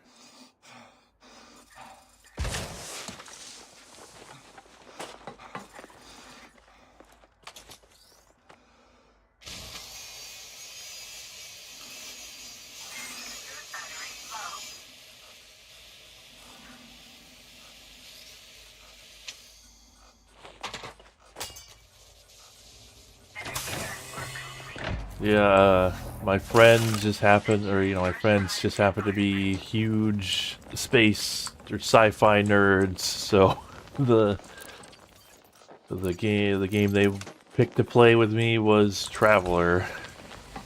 For whatever reason, they apparently played a lot of D&D with each other, but not with me. Power center initiation confirmed. I got Traveler.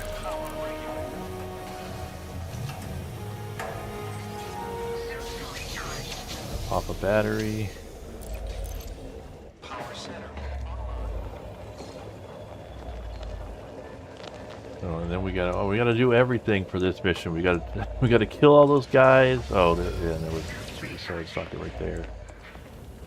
We gotta kill all those guys. We gotta turn the power on, and now we gotta put the fires out. What is it? There we go. Building atmosphere. purging atmosphere. I mean, the more emergent you could go, the better, in my opinion. That's just hard to do. Like, I think Deus Ex didn't go far enough. Not that, Deus Ex is bad or anything. Obviously, it's potentially, depending on what day of the week you ask me on, the greatest game of all time. But they could have made it even more interactive. And it would have been even better. Let's use a med kit. Yeah, I'm picking up all this stuff, but honestly, I probably shouldn't be, because that's the other really obnoxious thing about this game. There are many obnoxious things about this game. You have a limited inventory on your spaceship for some reason.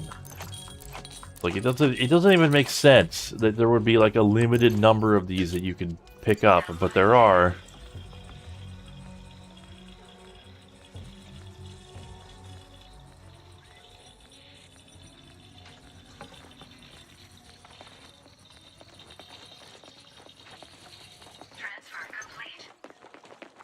And they limit them in an annoying way. Like, the materials for for ships, they're done in a convenient way, like a non-annoying way, where each individual material has a limit.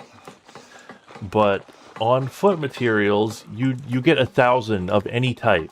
Which means that, if you have 1,000, cheapo things, then, you gotta get rid of those to make room for the more expensive ones. And it's just a whole lot of just inventory management. It's just, it's not interesting or fun. I don't know why they thought that was a good idea. And it just means, you can't just, hoover everything up the way you would want to.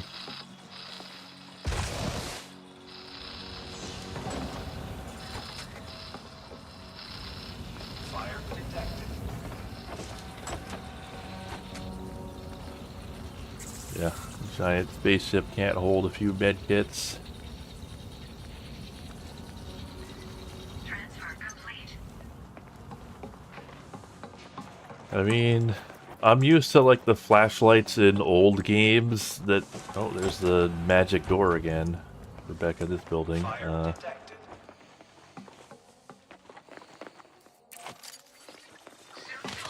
Need to get to that terminal.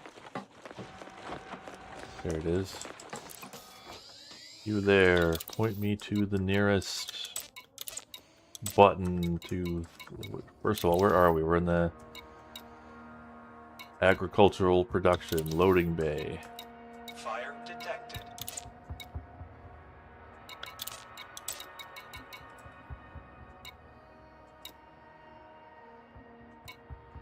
Atmospheric processing console.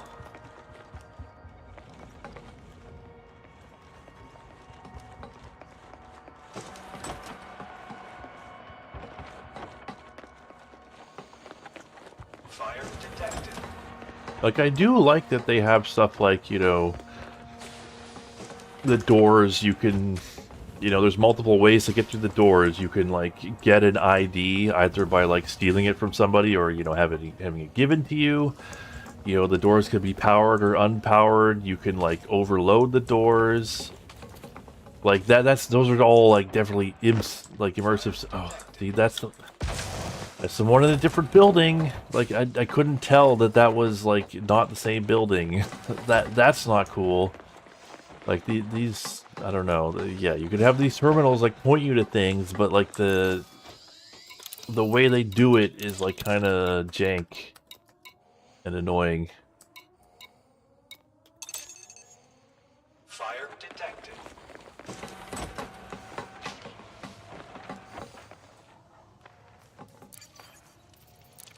Give me all your data.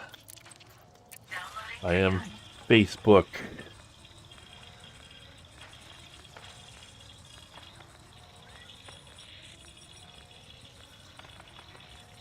Yeah. Well, I mean, that kind of is what we're doing. We're like turning off the building atmosphere. We're just like, yeah, we're flushing the atmosphere to like put out the fires. Like that's literally what we're doing. That is how it's done. Find the... Although, yeah, it's like, why would this button be here? Why would authorization scans be like in this room? That doesn't make any sense. But like it's like randomized where all those you know, button consoles are. Anyway. Recharging. Suit fully charged. And then we want to find that other one, which means we gotta get to that, back to that console. There's probably a faster way to get to it, but this place is like a weird maze. Okay, yeah, there it is.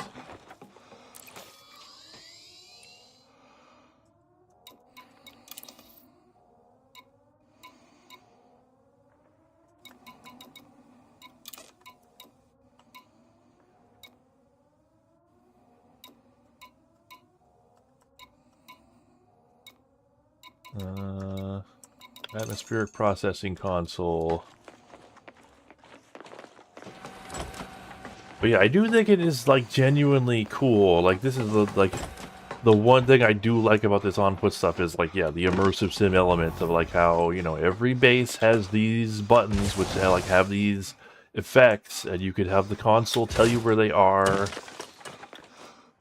and like it works consistently. You can like, you know, find the security room, like the command building, and like turn off the alarms and the turrets and stuff. It'd be even cooler if you could like hack the turrets. That's the true sign of an immersive sim, when you could hack a turret. So, you know, it'd be cool if you could make the turrets work for you. But you cannot, unfortunately. Recharging. Suit fully charged. Alright, that should be the last one. Merging atmosphere.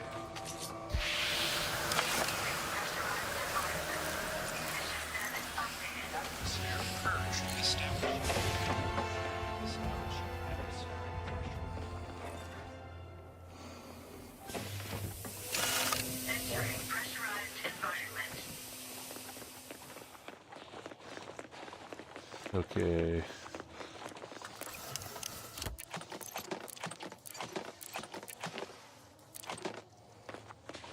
So there were like a bunch of data ports in this building, so I did want to get those if I could. If I could find a stupid terminal.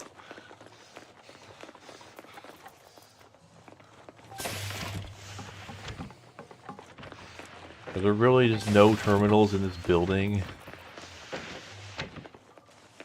Like, that doesn't make sense. Surely there should be like a terminal in every building.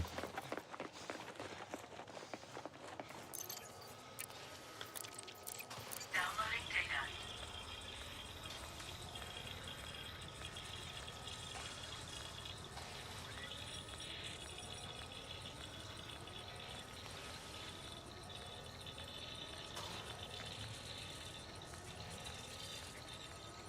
But yeah, like, I don't know why they thought they could make a good first-person shooter, you know, when, like, it's hard enough to make one, yeah, when it's, like, you're making a game that is just a first-person shooter. That's always the problem. You try to do everything at once, you're gonna do, a lot of things poorly.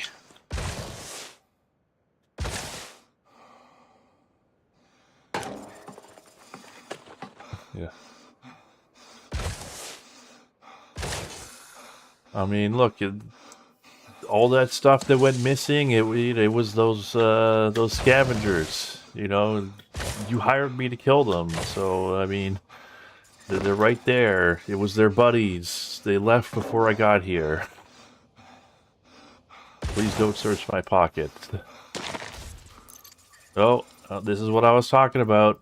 I'm, like, full up on something. Yeah, 1,000... assets.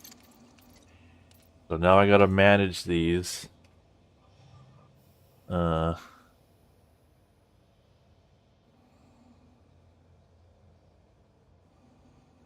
don't know. Fucking whatever. I don't want to deal with this. Yeah, like I've got 1,000 assets, so therefore I can't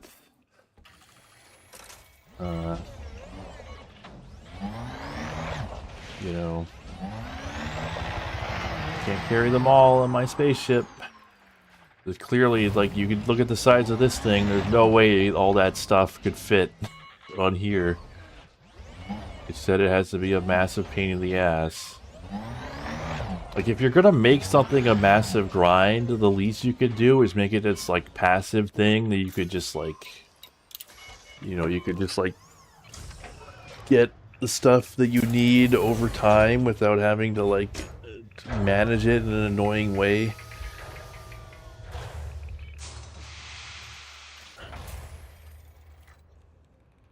Huh. Landing gear retracted. Ship released. Engines engaged. Okay, so we did that mission. The reason we did it was because it's going to give us it's in manufacturing instructions. Frameshift drive charging. 4, 3, 2, 1. Eh. Engage.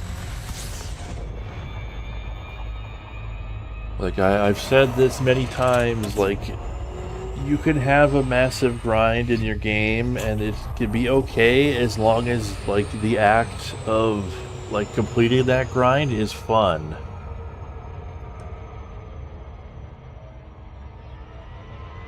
Okay, so we are gonna go to Jock Station.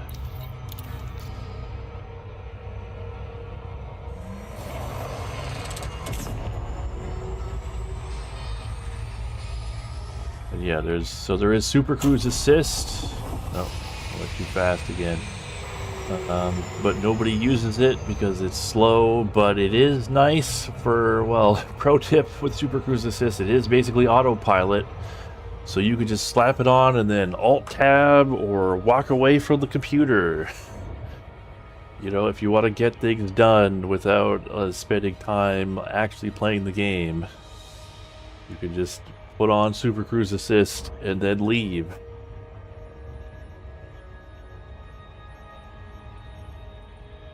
But yeah, Destiny, Borderlands, Diablo, Phantasy Star Online. I do not want to answer the question about whether I have any siblings. Sorry.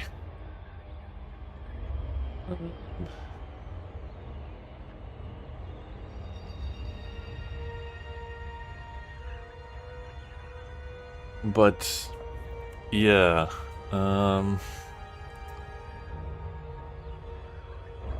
but yeah, like, yeah, Phantasy Star Online, Warframe, like, those games are all massive grinds, but like, it's fun. Like, the grind is the game, and the game is fun.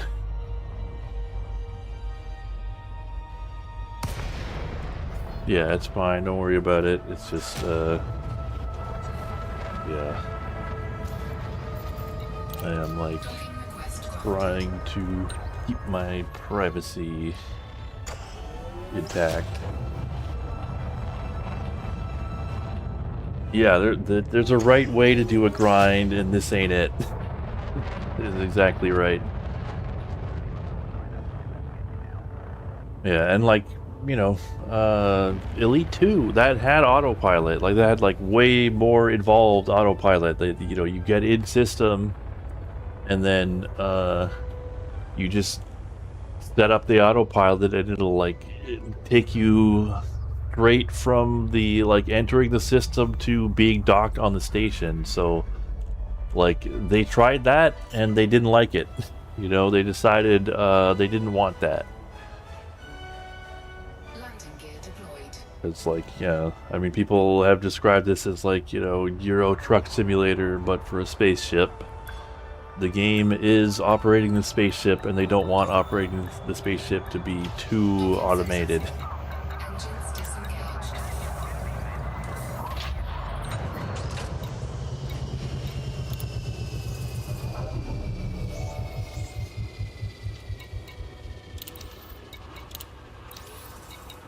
But, okay, so we've completed these missions. Give me those manufacturing instructions. They are, like, really hard to get, but you need, like, so many of them. It's crazy, those. Combatant performance.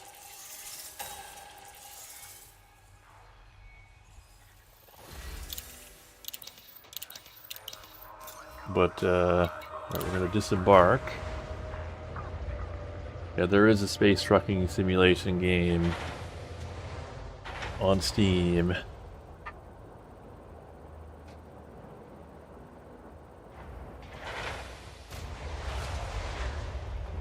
Yeah, I don't remember what it's called. There's probably multiple now, you know, not counting this game.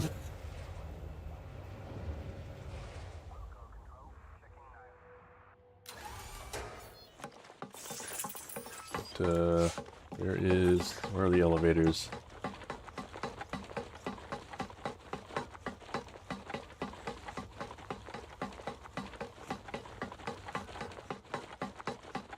Yeah, it's kind of like, this is kind of like the opposite approach. Like, there are definitely people who just like to have like a zen thing to zone out to, you know, put a podcast on and just like accrue resources in space. And yeah, you don't want it to be intense all the time, whereas like, you know, Rebel Galaxy Outlaw is kind of like the polar opposite of this, of where it's just like, just automated, skip all the parts that are not shooting guys. You know, but okay, so so what we're gonna do is I'm gonna look up, okay, I need faction associates and I need manufacturing instructions. So, and I know that because I am using a third-party tool called ED Odyssey Materials Helper. And I basically just put in my wish list of like all the engineering things that I want, and then it just tells me what I need. And so what I could do is just go to a mission board and check all the missions and go, and I figured out if you go, you know, show materials, it tells you what materials every mission gives. And then you just look through all of them.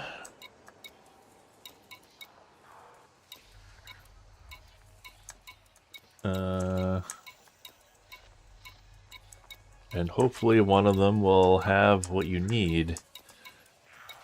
Manufacturing instructions. That's an illegal one, but too bad we're going to have to do it. Because these stupid things are hard to come by.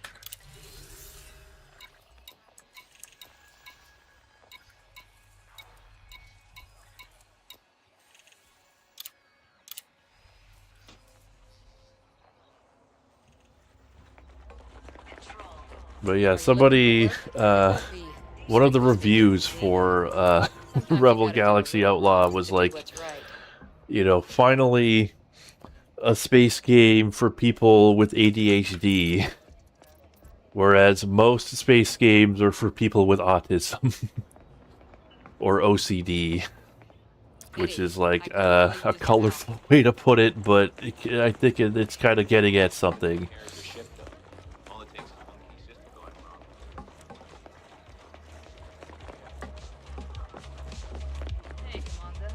After this is all over, the better for everyone.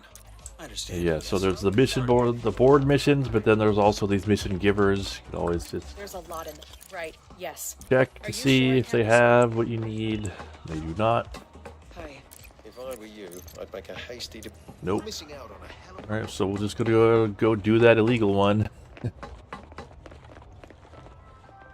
Yeah, the database running under the hood for Elite, it must be crazy because like the thing is like this game is like I don't know, like what, 10 gigabytes?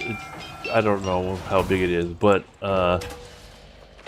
if there's like one of those like helper tools, it can like help you you know, plan trips.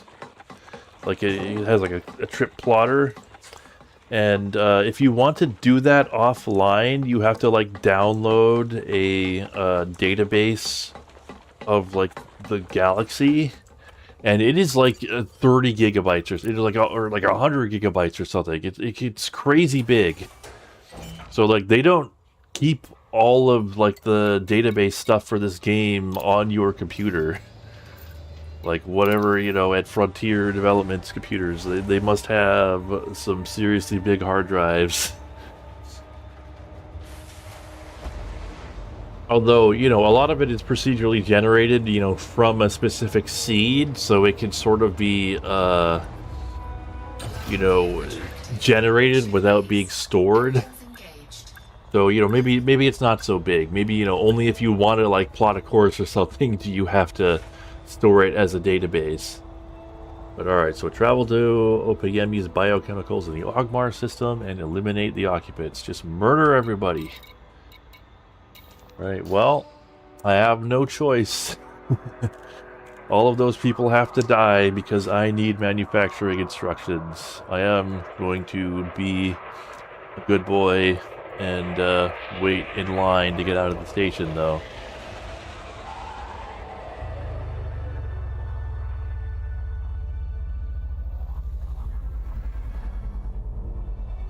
Yeah, it's funny that like these are the space games that do well, like games like this and X4, like the X series are like the ones that won out. Those are what people want.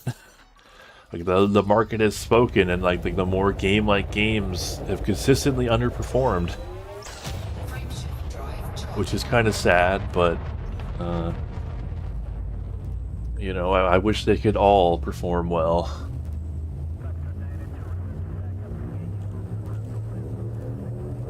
Yeah, but like you only need to save the parts that players have touched. You know, only the parts that people have changed need to be saved. Everything else could be generated.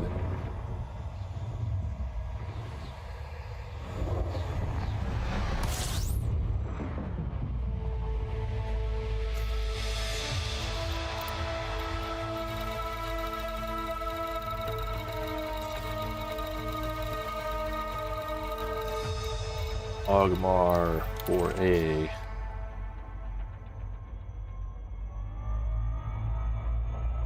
Seems like you think games like this have given the market a false impression?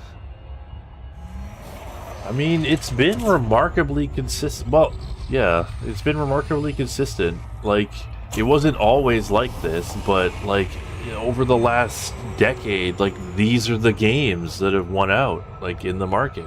You know, Elite Dangerous and X4 are like the games that have been making the big bucks and like, you know, doing numbers on Steam.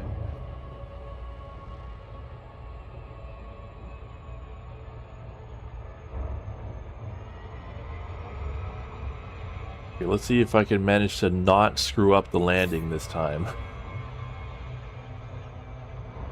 I mean, in my defense, it's, you know, I'm like looking over at chat and like thinking of things to say.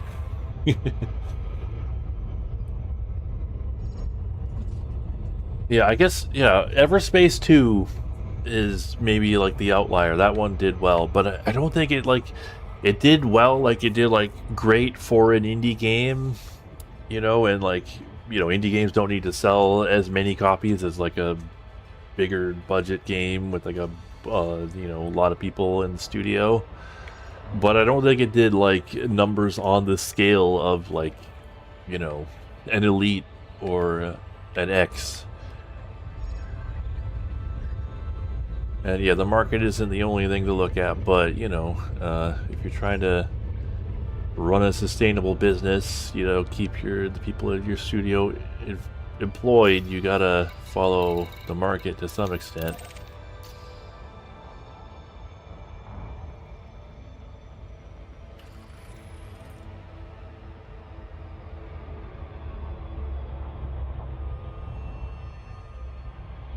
Orbital flight engaged.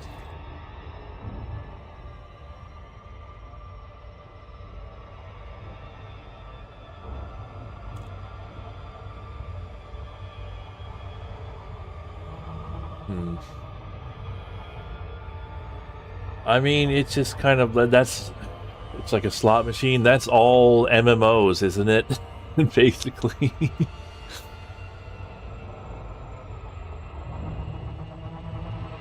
Like, and it is an MMO, so it's just sort of inherits that from, you know, being a game like Destiny or PSO or Diablo.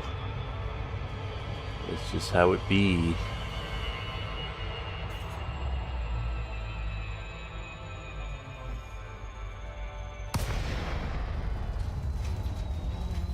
And I mean, a lot of the emotional engagement in this game is like, I want this cool thing, and I am going to work hard to get it and invest a bunch of time and effort to get the cool thing. But you know, that's a lot of games, and the things are cool. They are very cool. I want those cool things, even though it's a massive pain in the ass to get them.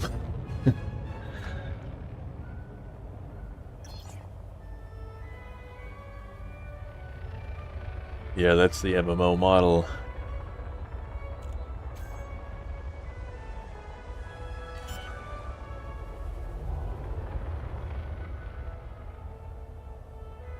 Landing gear deployed. Although, yeah, if you just don't like those kinds of games, it's not going to do much for you. If you're just, like, inherently opposed to it. Docking successful. Engines disengaged. I know some people consider that kind of gameplay to be dishonest. I think it could be fun, a lot of fun if done well. And like it's what's taken over, you know, games is like these sort of long-term investment games. That is, you know, that is like basically, you know, a subset of the live service game, or maybe even a superset of the it's a superset of live service games. They all want to be like that. Alright, well, time to commence the murdering.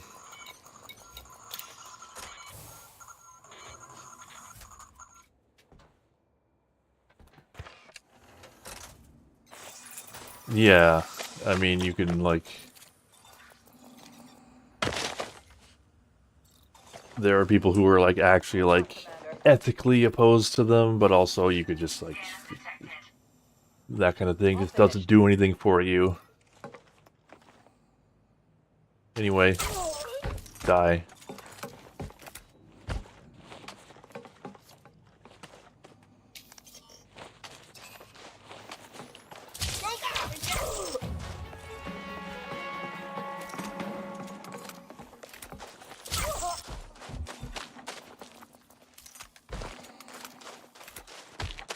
Eliminate the settlement occupants. All of you must die because I need manufacturing instructions.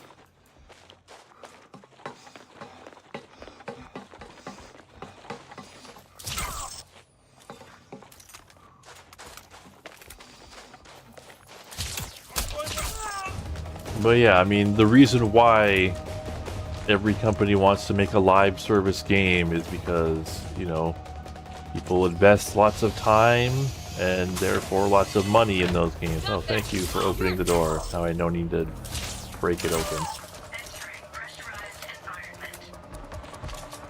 And you have a profile I want. You can get through level 3 doors. Got any data ports? I must have your data.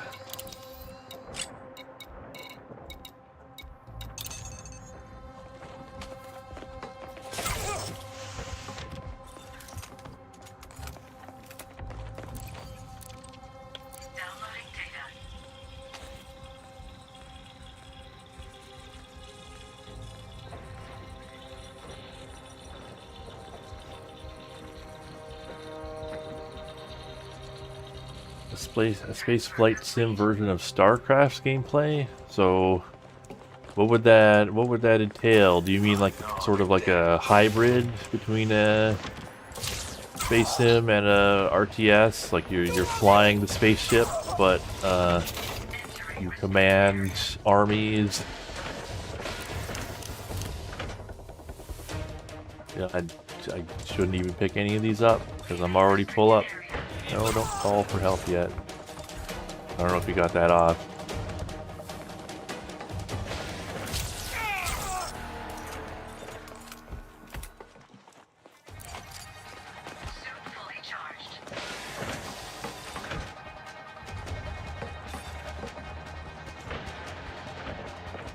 You know, life is cheap. Only 1,000 credits, which basically doesn't get you anything for murder.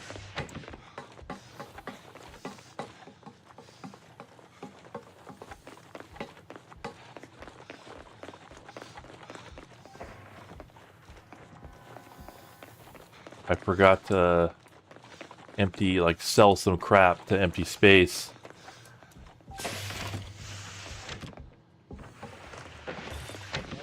Continuing sweep. Like the Star Trek original series pilot, I don't even remember the lasers in that. I mean, I think I only saw that once a long time ago.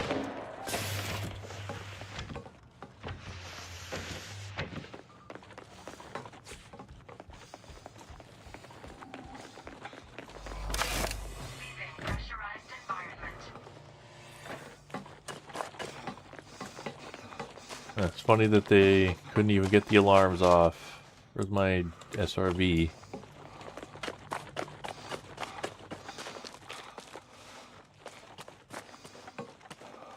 Oh yeah, just sort of like give you a large-scale objective and just lets you figure out how to do it. I like those kinds of games. Huh. Yeah, I killed everyone so fast that the alarms aren't even on. People don't even know what's happening. Even though I have a local... Even though somehow, like... See, this doesn't make any sense. The base has not been alerted. And yet... I have a bounty. I'm wanted for murder, and yet nobody knows that I did it.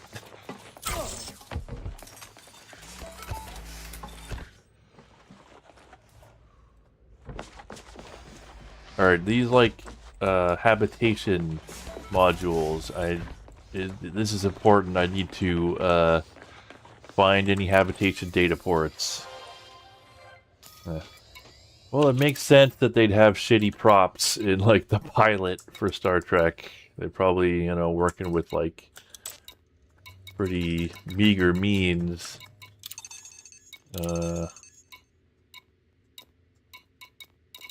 Habitat data port 1. Is there a habitat data port 2? Apparently not.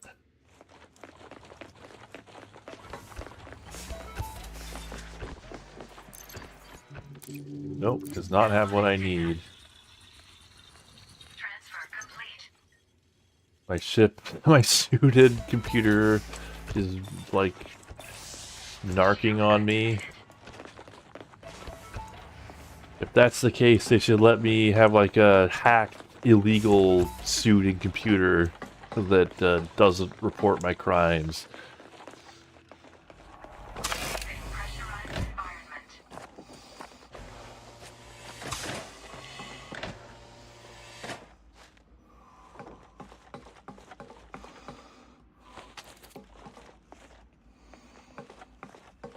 Huh.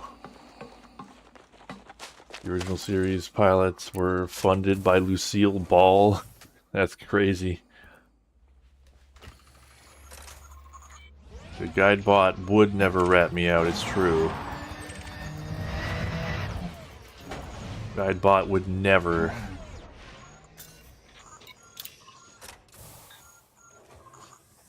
I do like this pistol.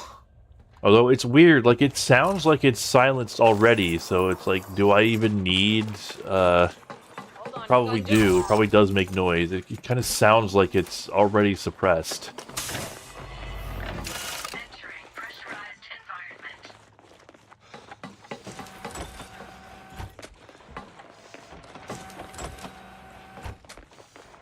Alright, come on guys, where are you?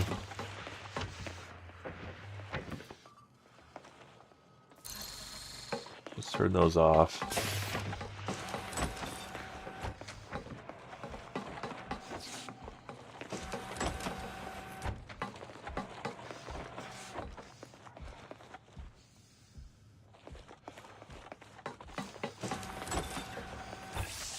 Shield activated.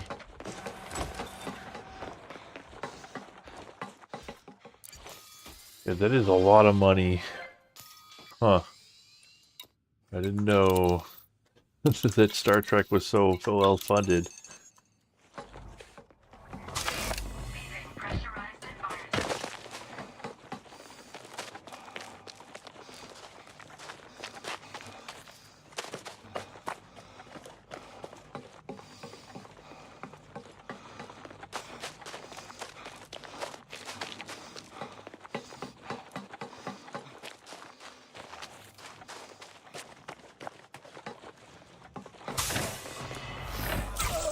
Entering pressurized. Yeah, wait, is this just silenced by default? Because, like, nobody is, like, noticing the murder. I am, like, one-shotting everyone before they even realize what's happening, but, like, they should be, like, hearing me.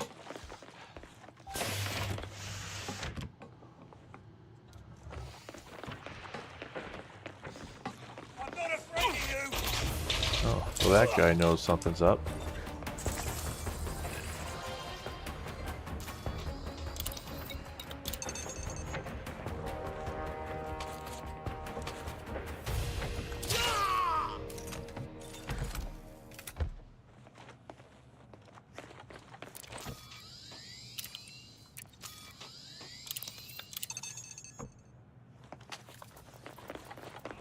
Leaving pressurized environment.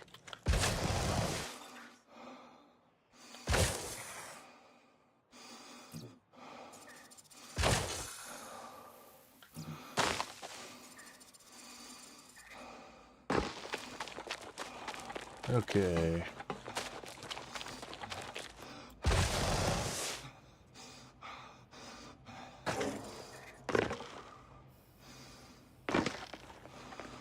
This is so just like casually bleak It's so funny how these games just make you into a monster. I'm just murdering all of these innocent people because I want a better gun.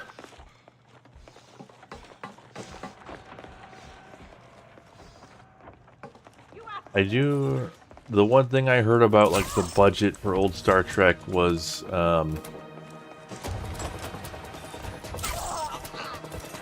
that, Harlan Ellison's episode was, like, he got way too much money for some reason. Now let's turn off all the turrets.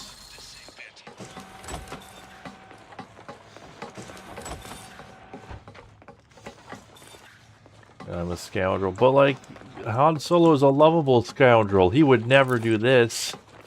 He wouldn't just like casually mass murder people. He'd smuggle drugs and kill, you know, rivals, not random innocents.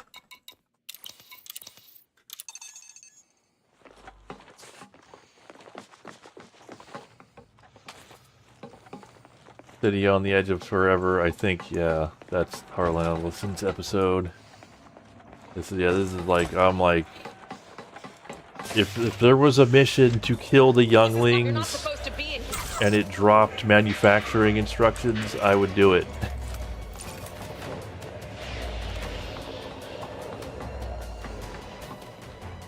I would do it in a heartbeat.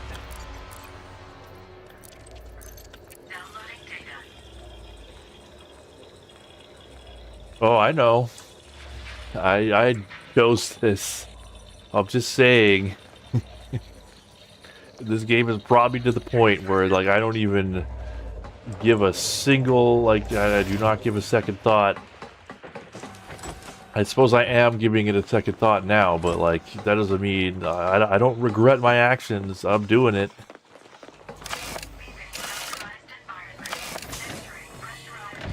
Like, these people must die for my manufacturing instructions. Yeah. Need a sand roughness meter. Oh god.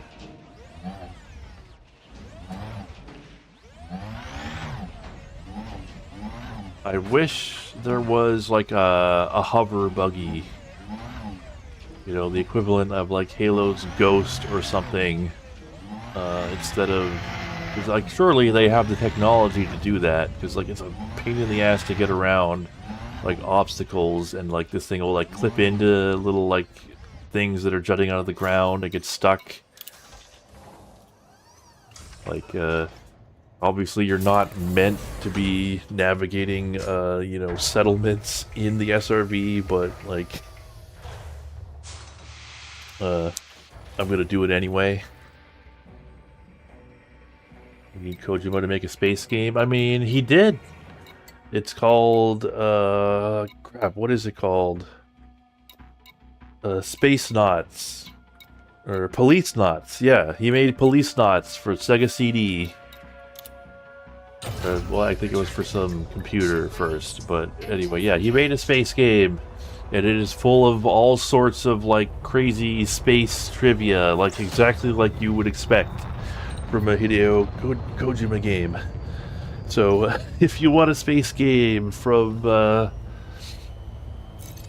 him, check out Police Knots. 4, 3, 2, 1, engage.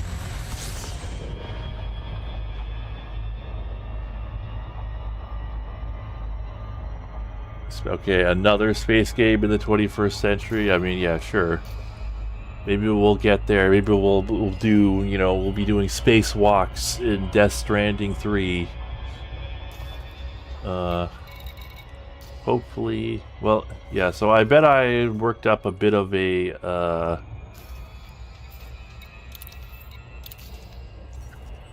you know, some notoriety doing all that murder. Yep, notoriety 3, which means I think I need to leave the game open for roughly 3 hours before I can talk to a lawyer. 3,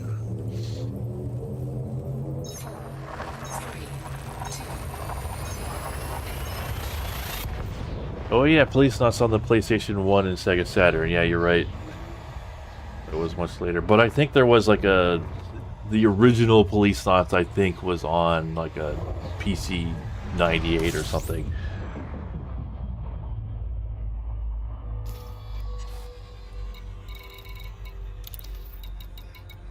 And then they had like a remake, you know, for PS1 and Saturn with like anime graphics.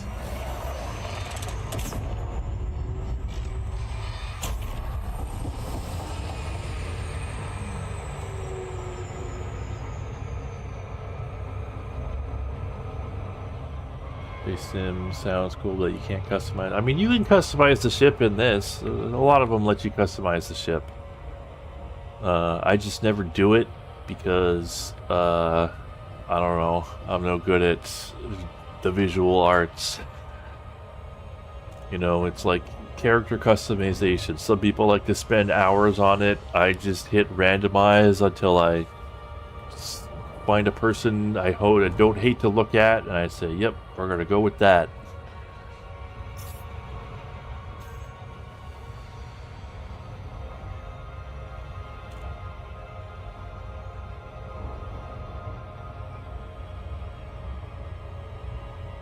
Yeah, RimWorld is kind of that.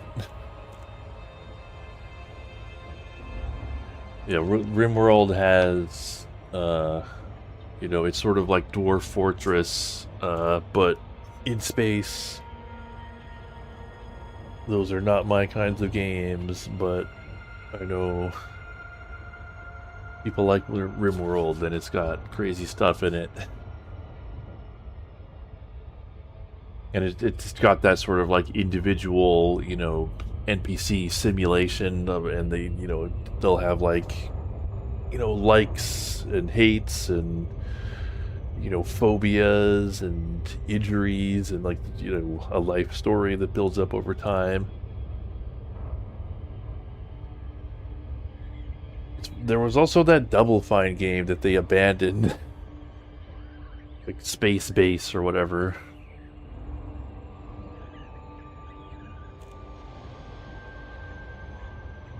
But, alright, so what are we doing? So, amazingly, actually, I think this is going to be exactly the number of manufacturing instructions we need, at which point we just need faction associates, which has been proving very hard to get. But unfortunately, I do know where to get some if we can't get them from a mission. And you will see why I say unfortunately, if we have to do it. docking request granted. Space Base DF9, yeah, that's it. Tim Schafer can't finish anything without a publisher holding his feet to the flame. Well, that sounds like someone I know. Or that we know, I should say. Like, you know, Chris Roberts is even more like that. Like, some people do really need, you know, a boring suit in the room to tell them, no, you can't do that, you need to finish what you started.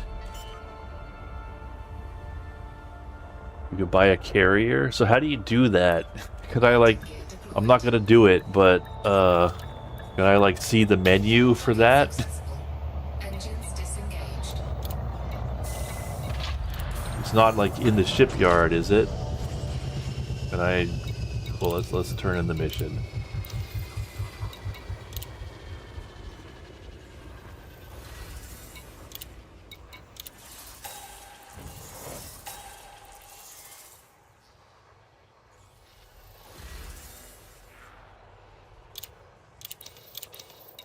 Okay. If we go to the shipyard, do we buy a carrier?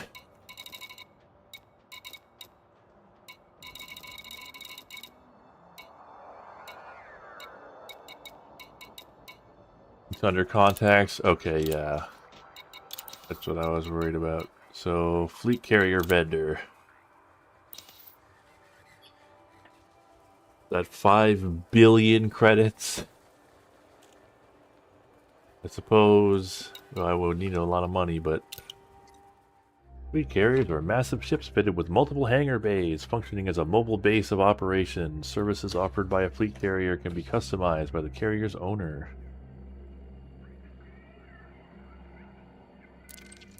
I think I would need to get into exobiology in order to afford that, but I was thinking of doing that at some point. Yeah, anyway, let's... Yeah, so yeah, that was all the manufacturing instructions we need. Now all we need are faction associates.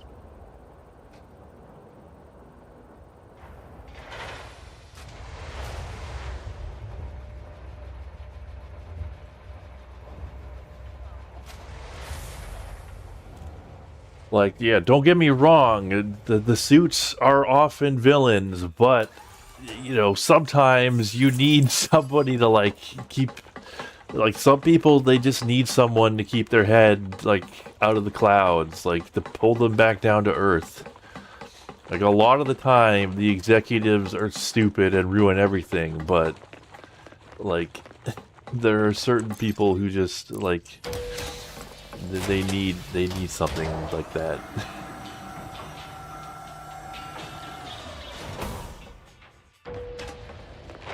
They can't, like, function in an environment where they don't have anybody to answer to. Alright, I'm not confident that we're gonna find what we need here, but we'll check.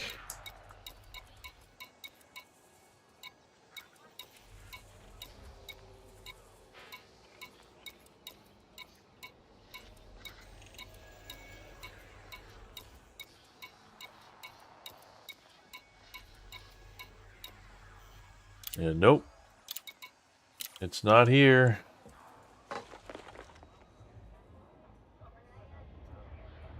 Yeah, I mean, that's the one thing is they got this game out the door. They released it in short order. Like, it did not take them super long, you know, from the Kickstarter to get this out, and it was like a functional video game already. And, like, you know, people, there are design decisions that I'm not a fan of.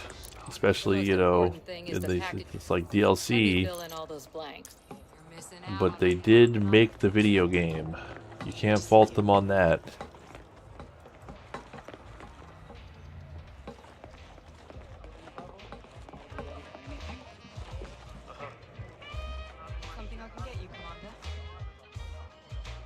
Looking for someone with a gun. Don't imagine for 1 minute this should answer any question. Yeah, you need somebody to say just like, yo, just save it for the sequel, you know? If I were you, I'd pique your interest. Like if you just understood that you know, just save all those ideas for the sequel and it will come out. If you do that, it will come out sooner than it would come out if you just keep piling things on to this game right now. Yeah, so nobody has what we need. So unfortunately, we're gonna have to take matters into our own hands.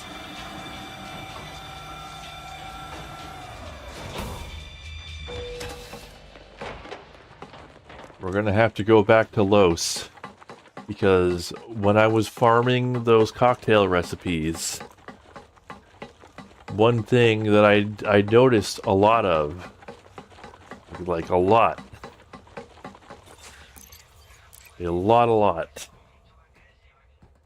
on those computers that I was downloading from was Faction Associates data. So, but I didn't download it because it was flagged as illegal, which is very unfortunate because it means I'm going to need to murder everyone in order to download this. But that's what we gotta do. It's either that or just wait for missions to give it out. But I don't think I've seen a single mission that gave out Faction Associates data. Luckily, we don't need that many of them. We need 8.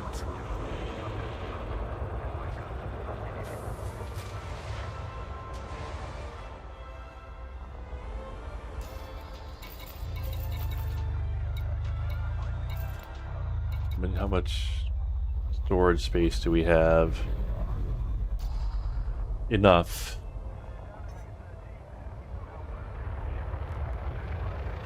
Alright, back to Los. Well, that's the thing. I wouldn't have to massacre the town.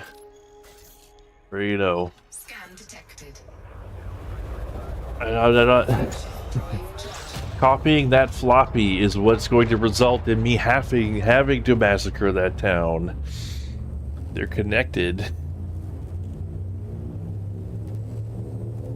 I absolutely would download a car, but not if it would inconvenience me by making me have to massacre a town, is what I'm saying.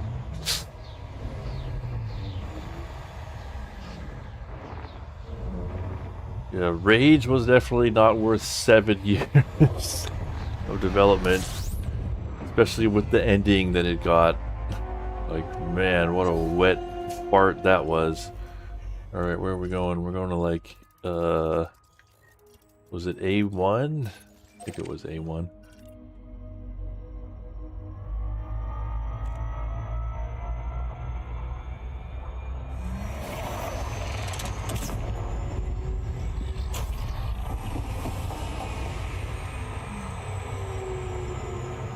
And just, yeah, and that's another really dumb thing about the on-foot combat is like technically your ship's weapons work if you can hit with them, but it is like almost impossible to hit with them because you can't target, you know, NPC, you can't target humans with your ship weapons. But like even so, they should, like, if this game like actually made sense, you know, shooting a ship weapon at someone should have like a massive AoE, but it just doesn't. So you need to like very precisely hit a human target in order to actually, you know, hit them with your ship weapons. And even then, it does like really pathetic damage, you know, given what you're shooting them with. Like it's not just like blow them away instantly. Like it's by all rights, it should just vaporize them. Yeah, they don't hit like they should.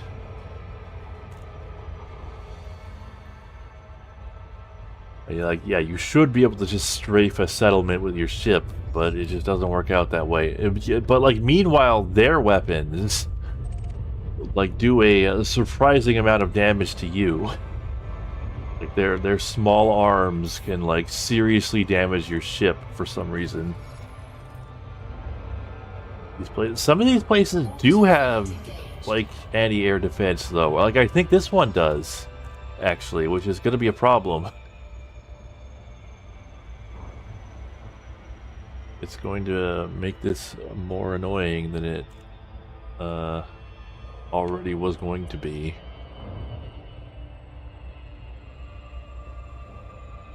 Missiles have effective AoE.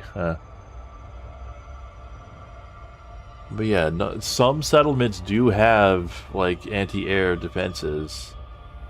And yeah, it becomes a problem if you like try to, you know, set them off and then try to run, which happened to me, I think, while trying to run from this settlement right here.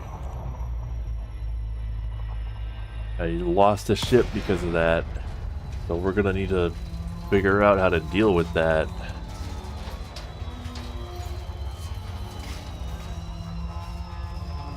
So luckily, I don't think I have a local bounty.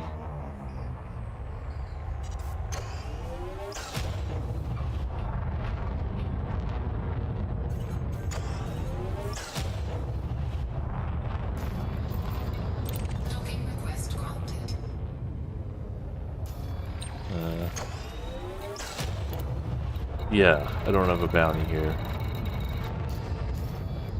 I have notoriety, but that doesn't mean I only have the bounty, you know, with the factions that I, you know, murdered, that I massacred. But having the notoriety means that, like, any other bounties I accrue, I won't be able to do anything about them. Lighting gear deployed.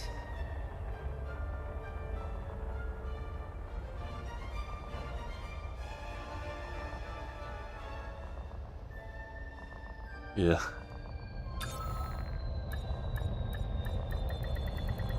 Docking successful. Yeah, I mean, I guess they don't want to reckon with, like, you know, by all rights, we should be able to just, like, blow up these buildings, but, you know, that would be a lot for the developers to take on, you know. Oh, wait, I should get in the Jeep.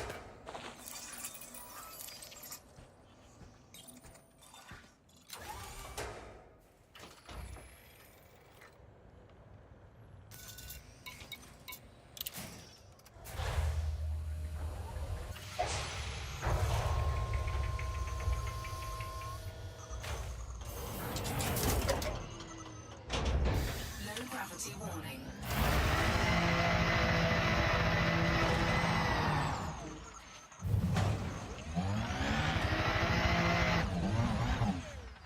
Starting sweep. Okay, I just jumped over that guy, but it's okay. Alright.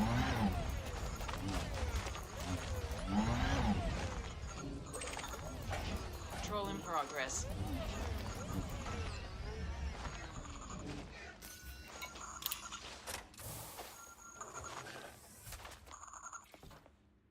So yeah, I believe there are turrets here.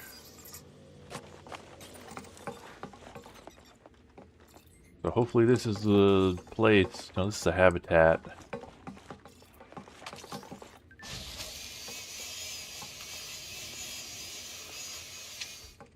course, if they see me doing this, they'll attack me. Entering pressurized environment. But I think I'm okay, because this is not technically a restricted area, even though I'm not supposed to be able to get into this building. What? Yeah. Don't worry, we're cool.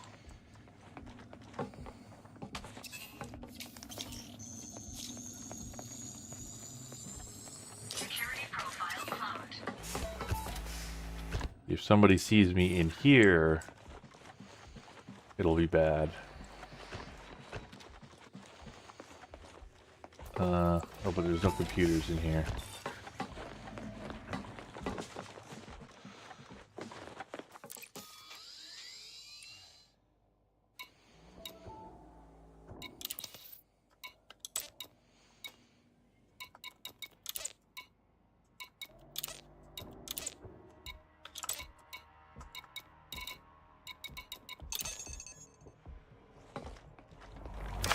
Leaving pressurized environment.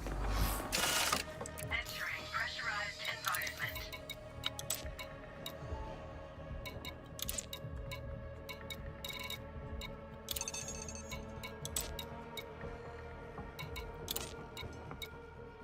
There are 7 data ports.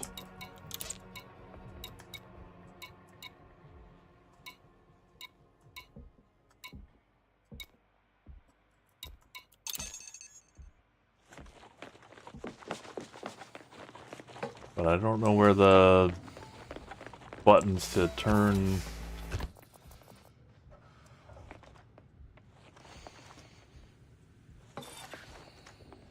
the turrets and stuff off are.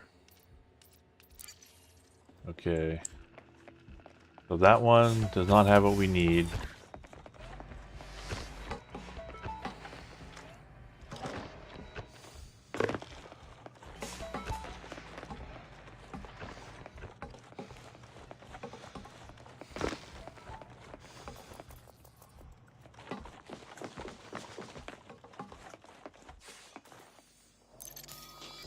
Eh.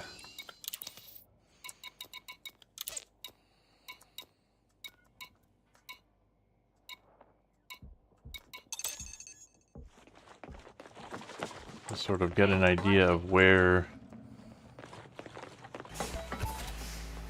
stuff is. Anyone else in here? Uh-oh. She doesn't like that.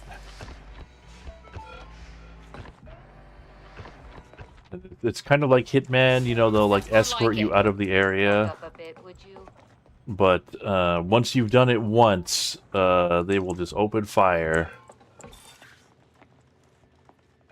If they see you in a restricted... If anybody sees you in a restricted area again.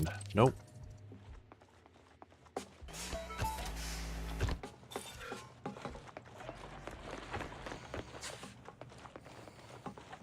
Yeah, what is... It's probably open source. Leaving pressurized environment. Okay. They can't scan me if I'm in the SRV. They'll never catch me alive, coppers.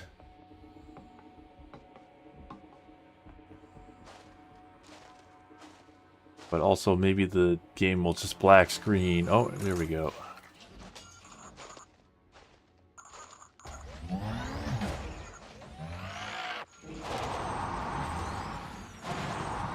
But then, yeah, this is the annoying part. You just like get like caught on things.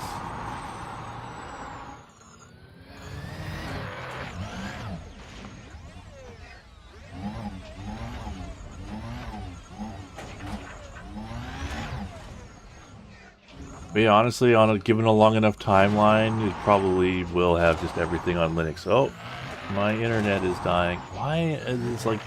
What am I getting stuck on here?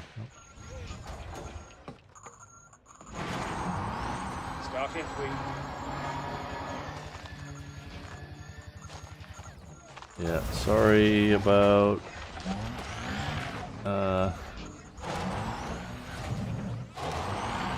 the connection. I know it's probably dropping frames like crazy. Well, I'm worried I'm gonna like crush that guy who's right behind me. Yeah, after the distro wars.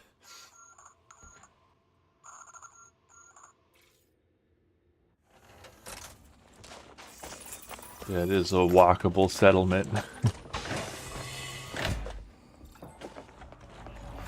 No need to stand so close. Hello there, don't mind me.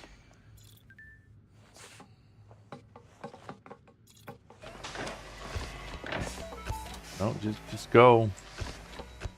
Just leave, please. Entering restricted area.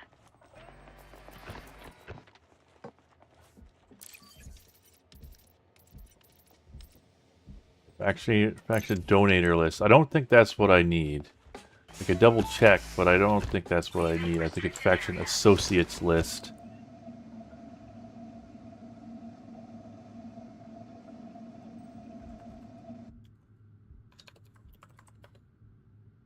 We just... Okay, I guess I need to specify elite. Yeah, faction donator list is a thing.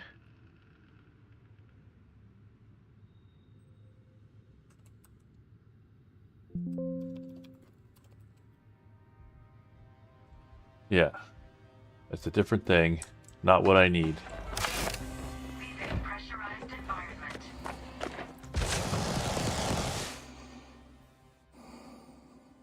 Please don't scan me. Entering pressurized environment.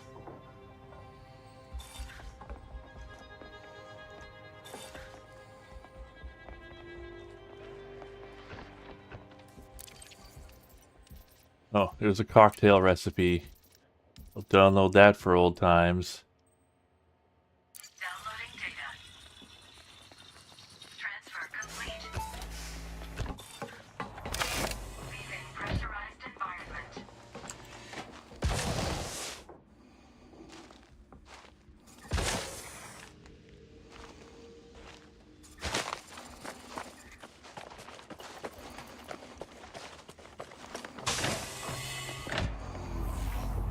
Entering pressurized environment.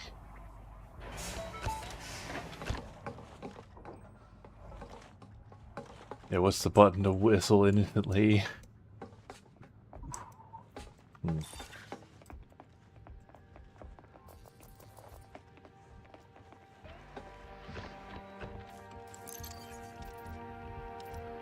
Yeah, I saw like so many of them.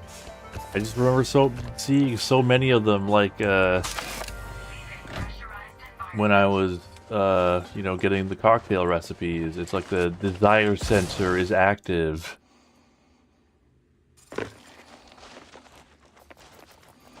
But yeah, honestly, stop looking at me.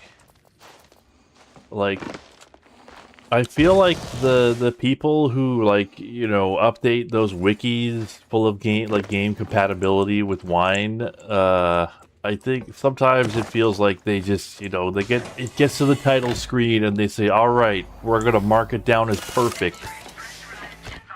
Because, you know, there's all sorts of games that they claim have perfect compatibility that just, you know, you actually try to play them and they're just completely screwed up or just crash.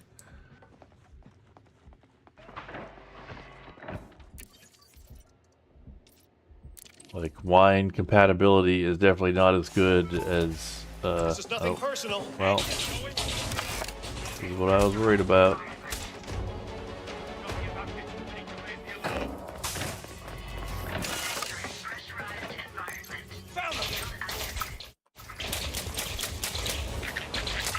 Honestly, if they just kill me, that's probably, well, they might, like, impound my ship is the problem.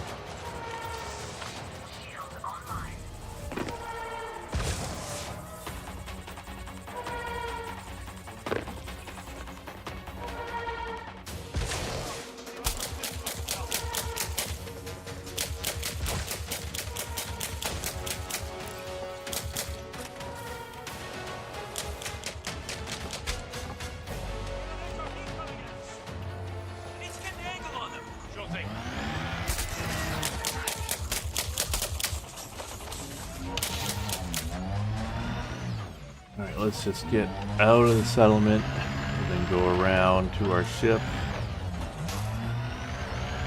I still don't know where the buttons for the guns are. Maybe they don't have guns. Like, you know, anti-air turrets. I don't see them on my, like, normally you'd be able to, like, target them. So, yeah, maybe they don't have guns pointed at the sky, which is nice. Well, luckily that exploding barrel didn't do too much damage.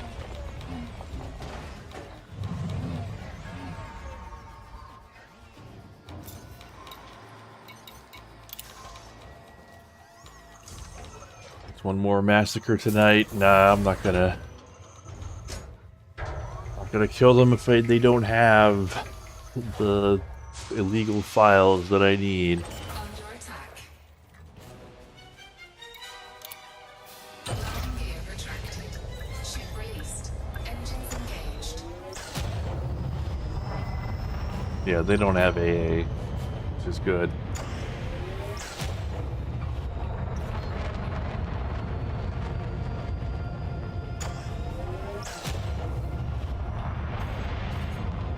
Frameshift drive charging. Okay. 3, 2, Well, 1. you know, given that that's what it takes to get this stupid thing, I almost feel like it's not worth doing it this way. That's not what I meant to press. But I will try one more cycle.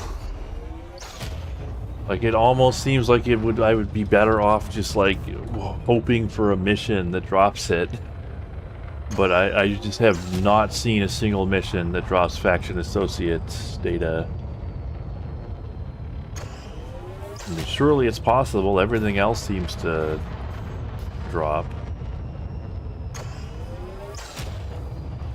If I super cruise and then come back, they will no longer be angry at me. Although if they scan me, they will, because I have a bounty now.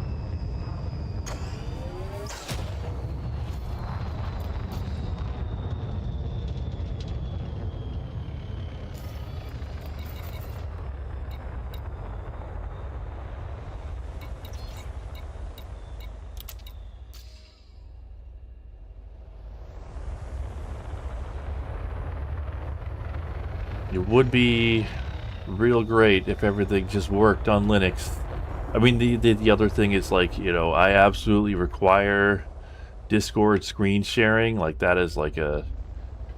If Discord screen sharing doesn't work with sound reliably, like, that is just a, you know, that's just a deal breaker issue for me. And, you know, people claim that it works, or that, like, you know, this, like, weird, like, Discord, you know, custom client works. And, like, A, I don't like the idea of trusting my Discord account to a third-party client. But B, no, it doesn't work. I've tried it. Like, me and Linux people must have different definitions of works. Because, like, just like because you can get it to work for, like, 10 seconds, it does not mean that it's, like, actually functional. I mean, anybody who actually tried to use that crap for real would have noticed that. It is not a thing you could trade for a bartender. That's the other fucking annoying thing that pisses me off about this game, is that there are 3 different categories of thing of, like, you know, materials. There's, like, goods, assets, and data, and the only one you can trade, like, when I found out about the bartender, I was like, oh my god, it's gonna be so much less of a pain in the ass. I can just trade for what I need. But you can't. You cannot, because you can only trade one of them. I don't remember if his goods or assets. But you cannot trade the other 2. You're stuck. You have to get the other 2 yourself. And yeah, sometimes the interior spaces are bugged like this. They've gone super bright. Duncan, what are you doing? Where's the data port? Well, now, there's 3 of these. So unfortunately, I'm gonna need to murder all of you guys, but it's gonna be kind of hard to do it in here because. Actually talking here. You hear that? It was gunfire, right?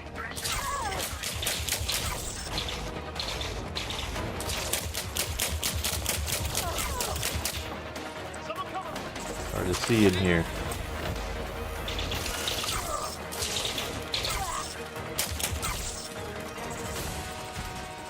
But yeah, I need to murder all of you, because you're all gonna attack me when I start downloading this.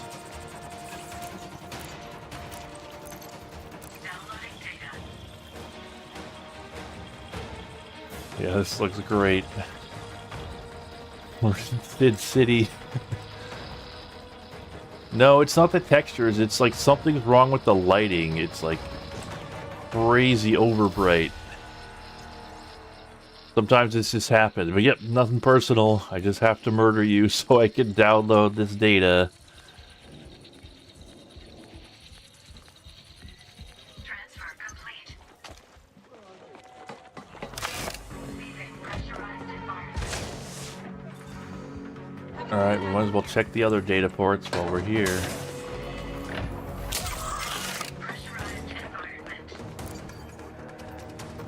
Culinary recipes. Now the game's just taunting me. They're making a run for it.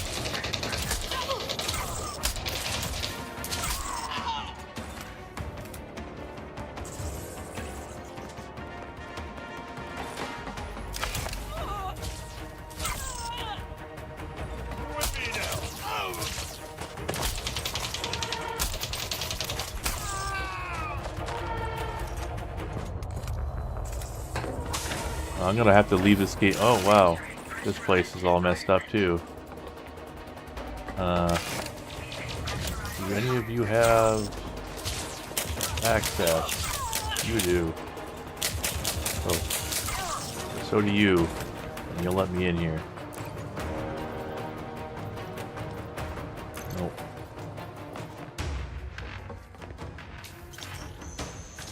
It's caught in a perpetual nuclear flash. But yeah, the lighting is just like, it's just gone crazy in like some of these interiors. There's a lot of you, huh?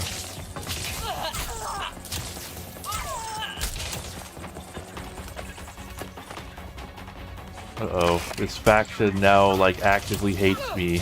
It was hard to see that message, but something about my relationship with the Ukrainian Colonist Alliance. I like how, like, you could tell it's the lighting because, like, you know, the HDR effect, you know, the effect of your eyes adjusting takes forever to, like,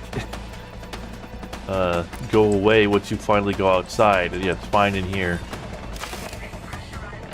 Yeah, it's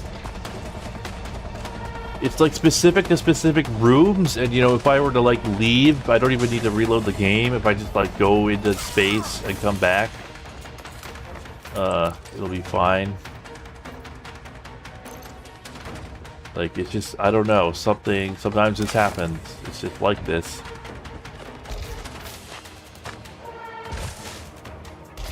But yeah, I'm gonna need to leave this game on overnight so I can lose the heat. Got too much LDS in IWAR. Yeah, they're calling it the Linux Massacre.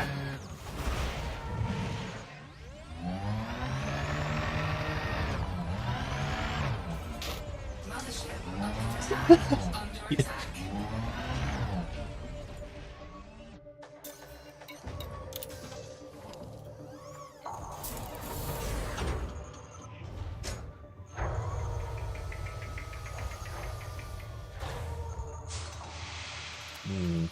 I wonder if there's going to be like hostile on site to me now.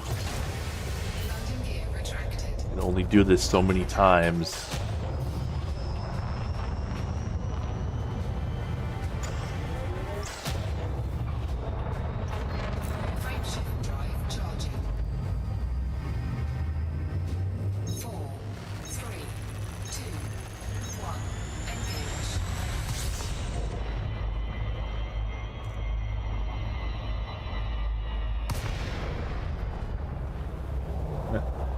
Park your ship at a station overnight, you'll come back to a bunch of blown up NPC ships.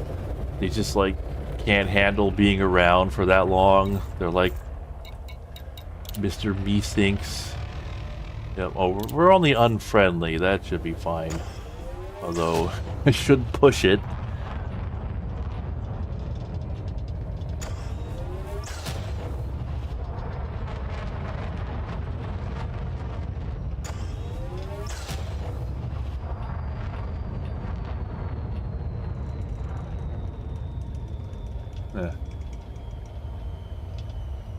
Don't get the tumble dryer effect anymore. Yeah, there is like, you can see there's this weird lighting glitch also, or something, with like you can see like this like black square. That shouldn't be there, but it is, yet it is sometimes. I don't know what causes it, but yeah, if I come back down now, I bet you anything those the lighting in those places will not be messed up.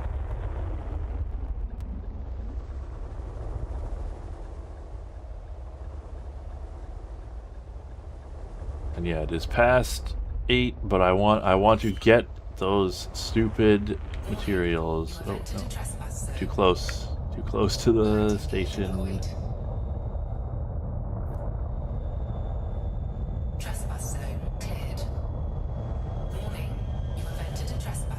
Oh, come on. Trespass zone cleared. Bounty incurred. Wait, what did it just say? Something about a bounty?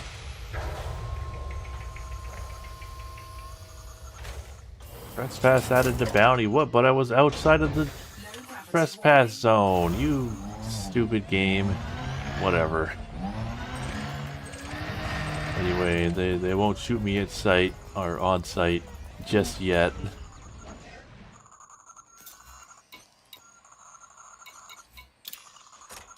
I got a parking ticket.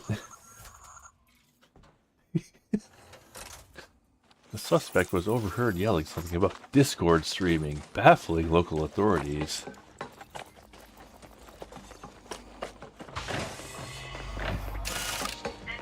Yeah, none of these, like, civilians will, scan me.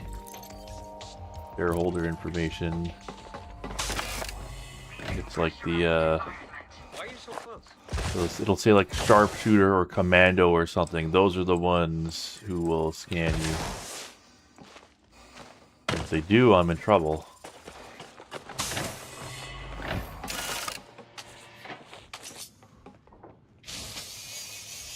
Yeah.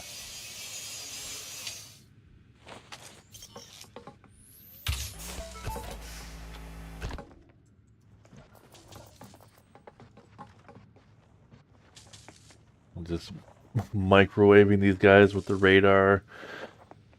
My Jeep thing, my mood buggy.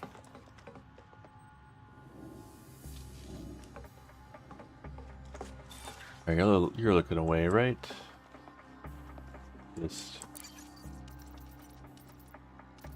Nope. Not what we need.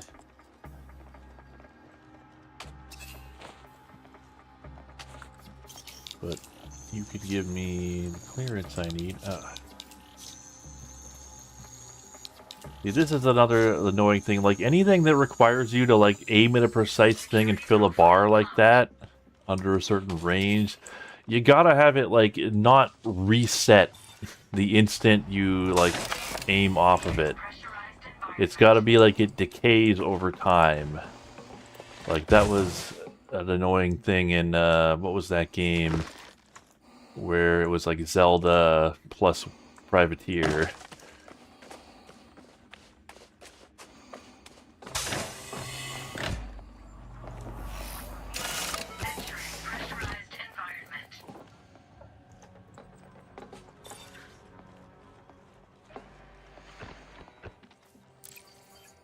Digital design. That was another thing that I needed, but I got enough of them.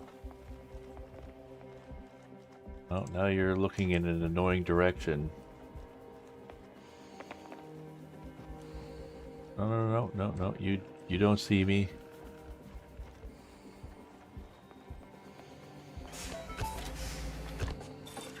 Doesn't Elite have any non-lethal means to do this? I don't think so. I don't think there's any, like, non-lethal incapacitation in this game. Would be nice if it had.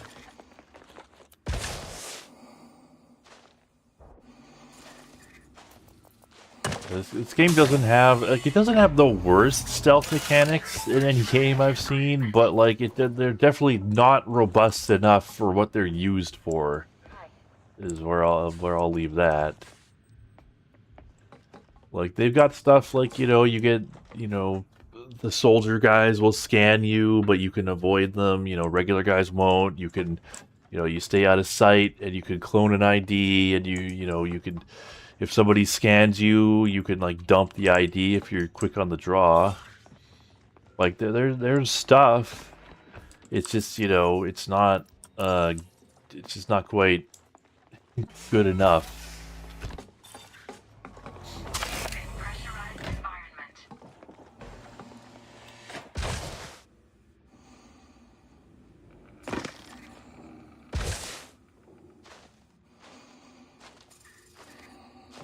But really, non-lethal would increase the rating because you could then shoot an unconscious person?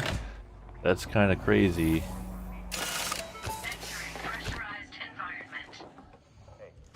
Like, adding the ability to not murder people would increase the rating of your game.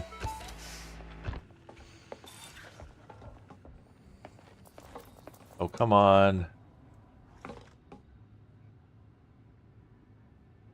Come on, we're cool. Just leave me alone. Yeah, I mean, it makes sense. Like, if, like, that's the thing that triggers ratings, if, like, killing an unconscious person is, like, the ESRB doesn't like that, then, like, sure, I could see how we arrived there, but, like, that's, like, one of those weird, I don't know, like, just contradictions where allowing you, like, giving you alternatives to murder is actually worse for the game as far as the ratings are concerned. But yeah, they should just take the hit. I mean, what is the rating right now? I'm kind of surprised it's not M already.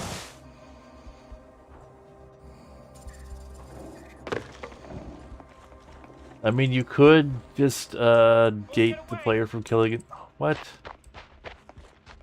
Why are you angry at me? What did I do?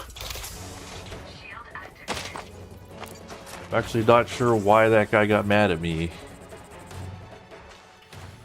But like they wouldn't. This is the kind of game where they would the developers would refuse. They would not allow you to have an unconscious person and then like make them invincible.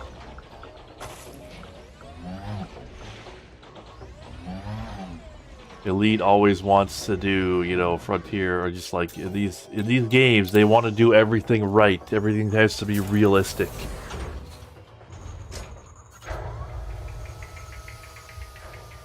I mean, the reason to incapacitate someone would be just like because you don't want to murder them.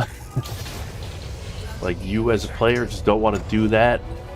And I mean, there's a specific mission type where it's like assassinate this person, but do not kill anyone other than the target. Like that is a mission type.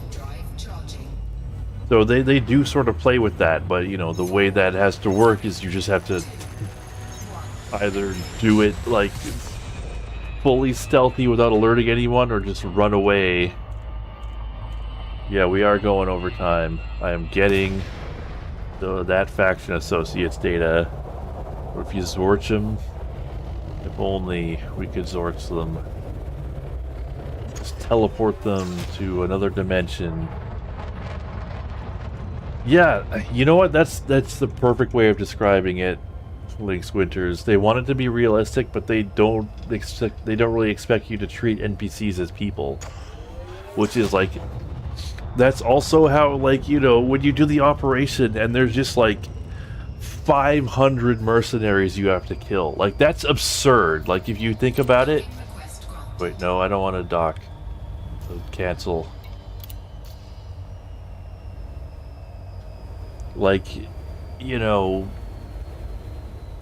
they have this commitment to realism that means like you can't have anything fun or interesting to fight, but like at the end of the day, like the only way they can make, you know, fighting NPCs hard is to have like just spawn 1 billion of them, like just clown car it. But like that doesn't make any sense either. Like that's total nonsense. Would you just like murder like 5,000 NPCs? Like where did they all come from? How does it make any sense that you were able to just personally kill all these guys? It looks ridiculous.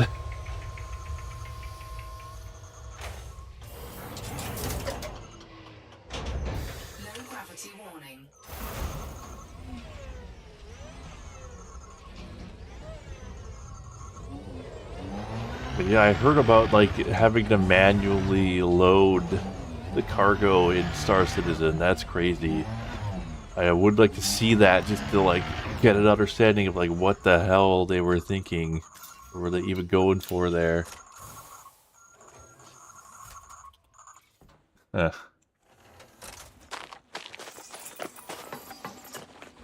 we don't need to go there. But yeah. Right, nope. No faction associates yet. Man, that one time we got 3. That was like we hit the jackpot there.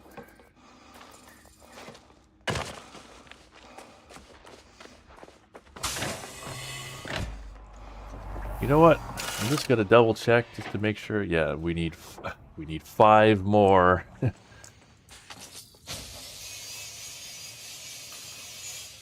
I was like, maybe we got all the ones we needed, but no. Of course, it can't be that easy.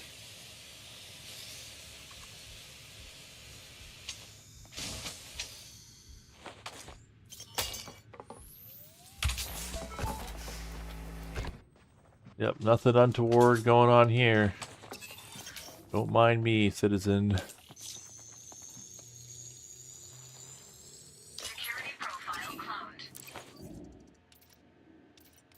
Nope.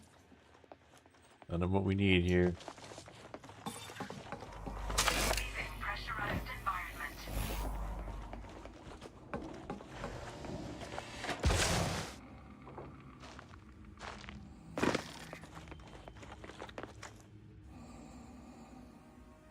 Huh.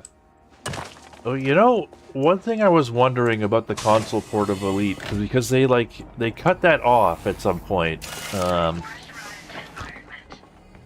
You know, they sort of stopped updating the console ports, which is a shame, but like understandable, I guess. But I noticed in the launcher for this game, there's like the option to play a bunch of different old versions of this game, like without the DLC, like Legacy.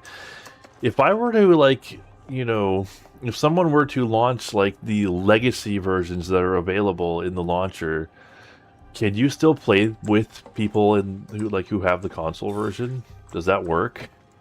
Does crossplay still function that way? That's that would be at least a good way to handle it, so you could still play, you know, with your friends. You know, if your friend has the console version, you have the PC version. And yes, this is basically the space version of chess scumming. Nope, not what we need. I think it was crossplay. Maybe I'm wrong about that.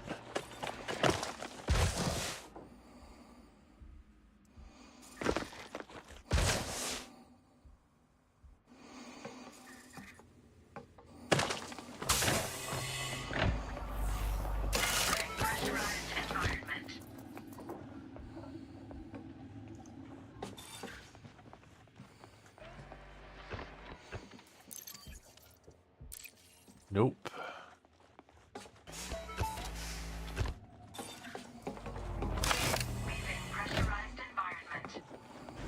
Yeah, well, I don't know. I feel like crossplay is like... Whoa, that's... If I look from that angle, there's some kind of weird graphical glitch going on there. Oh yeah, people absolutely do still play it.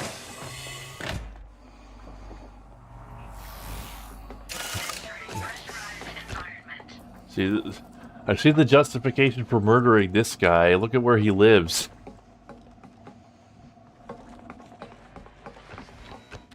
Like, these are clearly pod people from Nebulon 4. Hey. Considering that they like sleep in this room.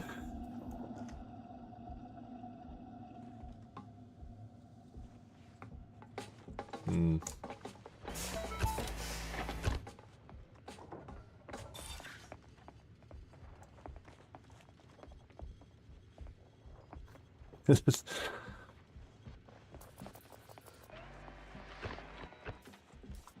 Yeah, these are people who... This is an artist depiction of people using light mode on their phone.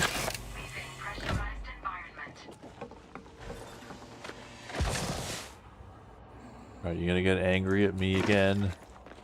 Just for jumping on these buildings?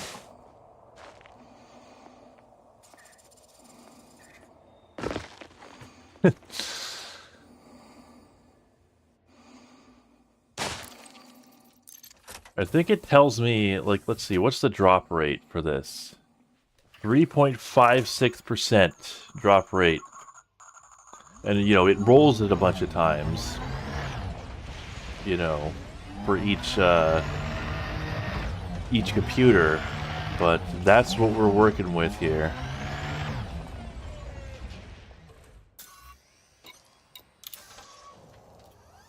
Which is like, you know... as far as like rare drop rates for rare things, like that's nothing special. That's like nothing by like Monster Hunter standards.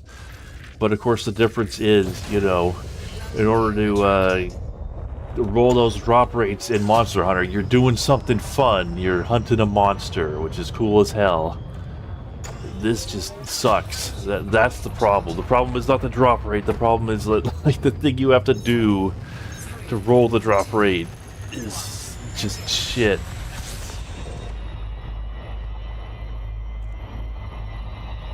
Yeah, that's the thing. At least you get to play Monster Hunter.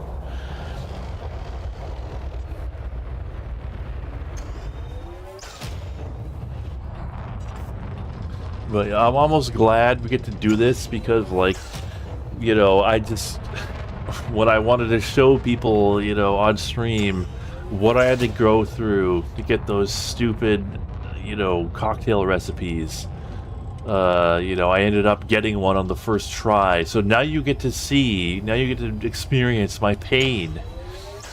See why I'm so mad at this stupid game. Yeah, just put Gunlance in Elite.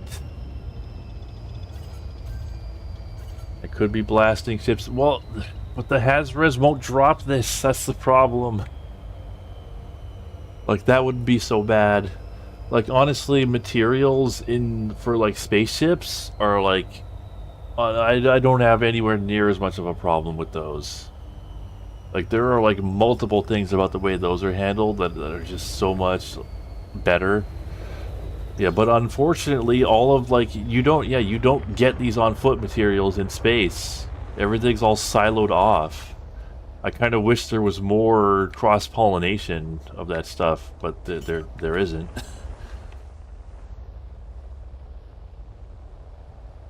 Yeah, if I'm not doing this, we don't get to talk about it. Because I won't remember to talk about it next time. What I wanted to do was, like, get the, for Saturday, Blast Radius or Dark Light Conflict. I could do one of those. Probably Blast Radius, because that's easy. You know, I could just emulate a PlayStation game. No need to set anything up. I don't know what Dark Light Conflict is. It could be a PC game. It would require setup.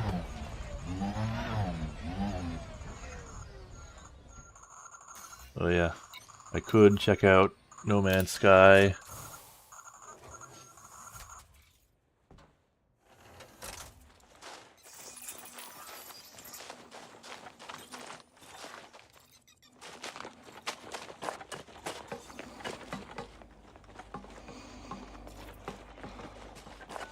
Oh, it's also a PlayStation game? Alright, so it could be either.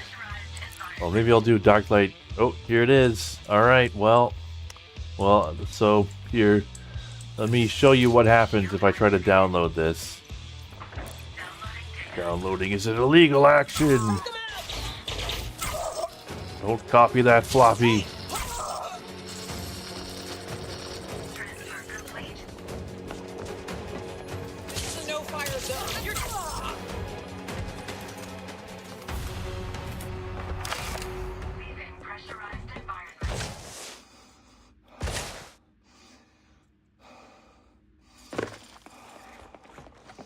Okay, well they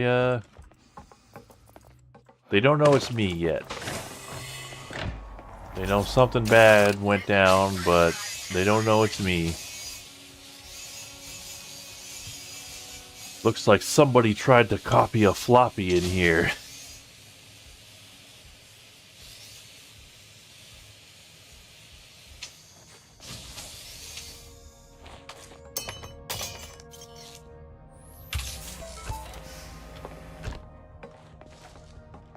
Yeah, all of this could be avoided if these people would just mind their own business. Alright, you know what? I'm gonna murder you too.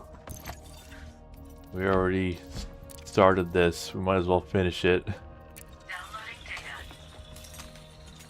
Transfer complete. All the guards are investigating the bar, so there's no one here.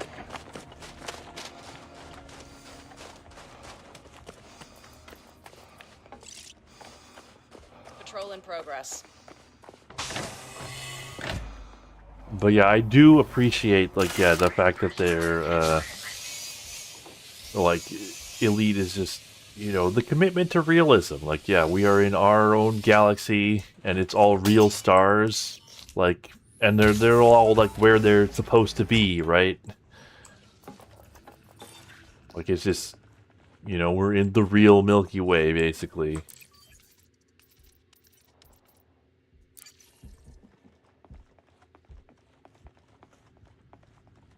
not all real stars? Oh, okay. Oh, as in, like, there are stars in real life that are not in Elite.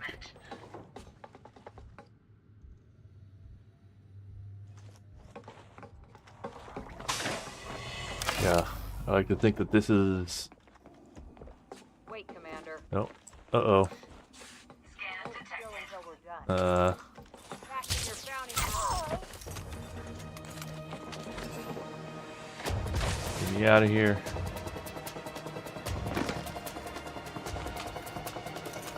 Okay, they know a murder happened. But they still don't know it was me. But if they see me, they'll probably figure it out.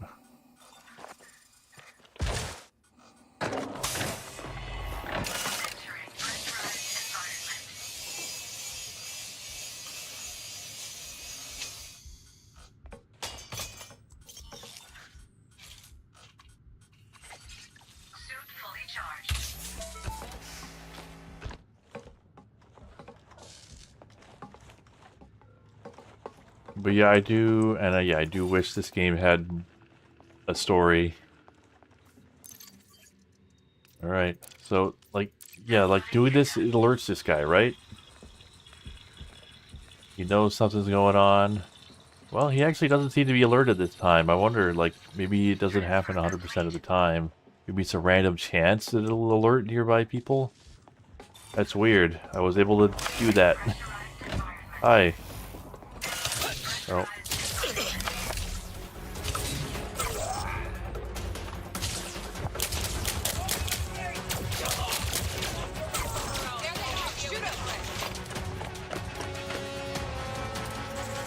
Let's check the last one and then get out of here. Oh, great.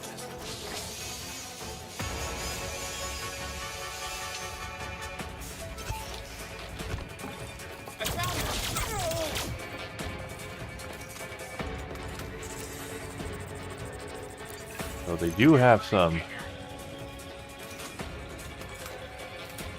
That is, if you try to illegally download Cassette 2 in Elite Dangerous, well, all these people would try to kill me. That's what would happen. We've seen it.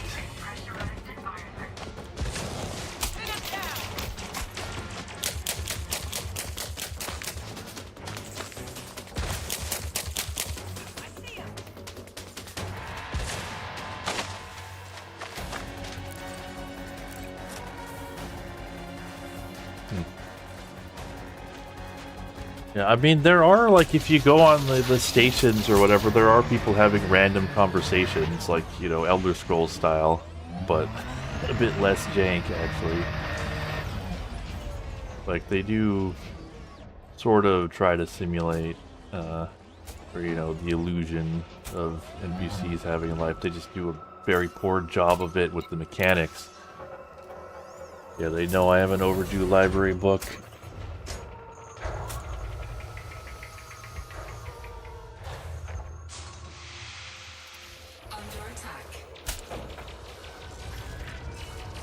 Like, look, these guys are shooting me with small arms, and look at my shields. Like, it's very silly.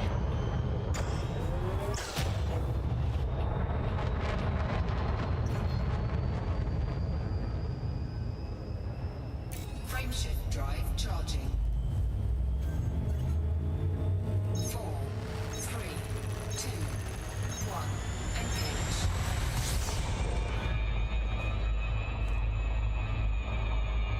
Yeah, I mean, love it or hate it, the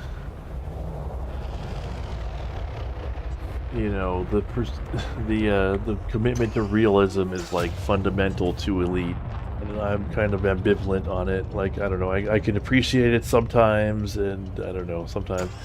Honestly, though, like, you know, having the real galaxy or whatever, I don't think that causes problems. It's just the way they interpret, you know, the mechanics that can just get annoying sometimes.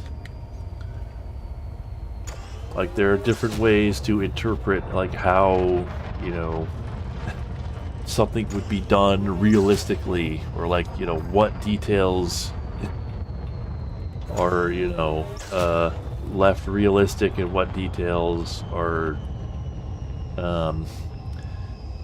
you know, sort of obviated for convenience. Because, you know, not everything in this game is 100% realistic.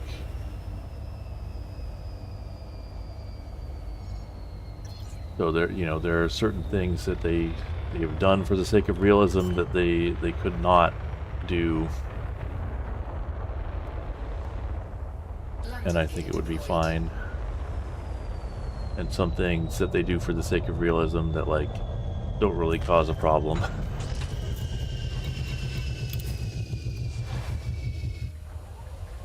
$1.8 billion stars cataloged of an estimated total of 100 to 400 billion.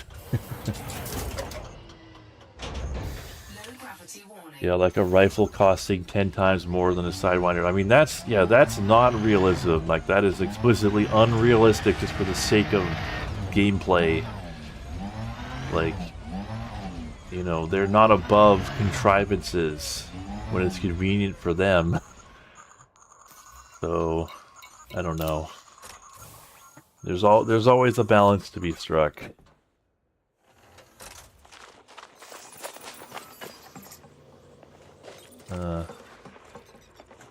I'm playing with a controller for the, you know, in ships and vehicles, and mouse and keyboard on foot is what I'm doing. My status wanted. I wonder if that's, or what if, like, the guards will shoot me on sight.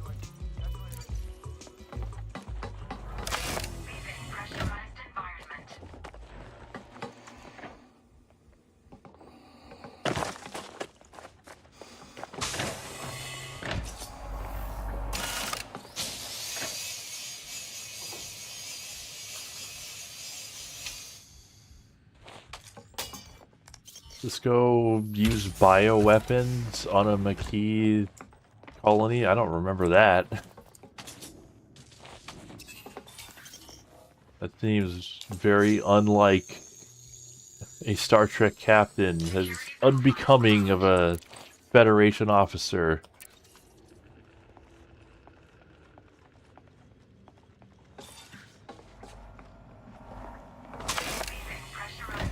Can he do it again? God damn.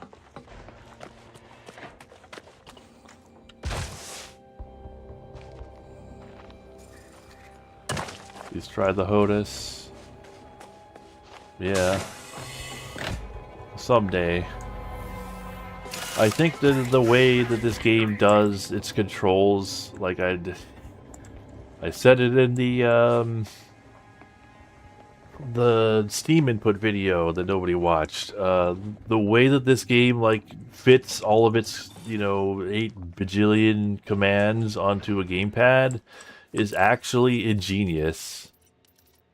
Like, it's actually not unintuitive at all. Like, it works really well. It's pretty brilliant, actually. I'm gonna say actually more times. Actually.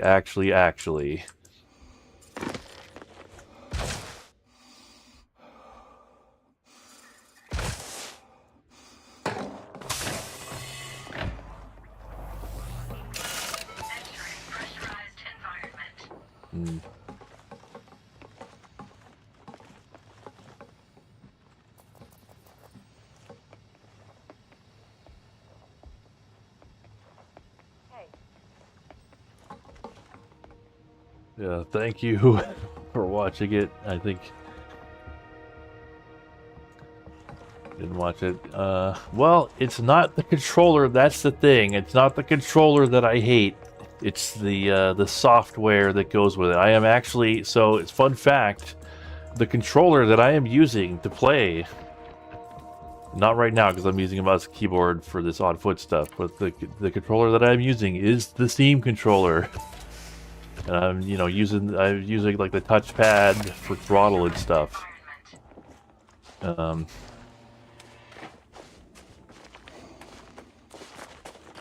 But yeah, I realized the reason why that video failed is, please stop walking this way, is that, like, you know, I had to make it about, like, the only way it ever could have possibly succeeded is if I had to make it about a controller, because the thing about Steam input is, like, nobody knows what it is. Nobody, like, people who do know what it is, most of them are like, oh, I wouldn't want to watch a video about that. It's too complicated. Like, I don't understand that. I stay away from that.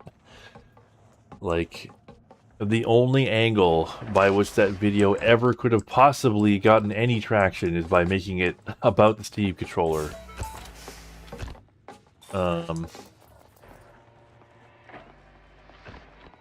Still confused about it. And you play Elite. Yeah.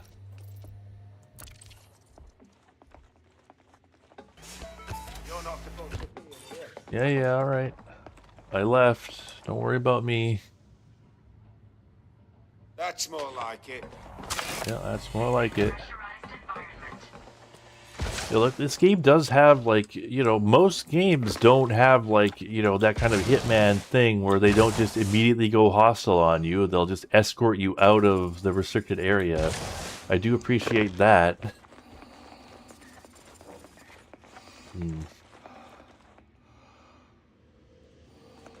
Yeah, well, yeah, I don't mean it's like a creative failure. It's just, it failed to get views on YouTube, is like...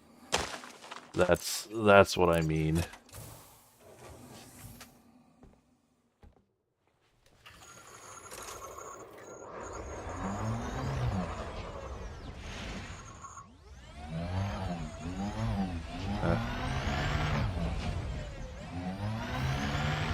But yeah, there's sort of like an audience mismatch also of like a lot of, you know, people who watch my channel probably, you know, don't like controllers in the first place. And then of those who do, like, you know, Steam input itself is just kind of an esoteric topic, you know. People are interested in the Steam controller, but they don't necessarily, you know, care about or know much about the software that drives it. But yeah, you can use it for any controller.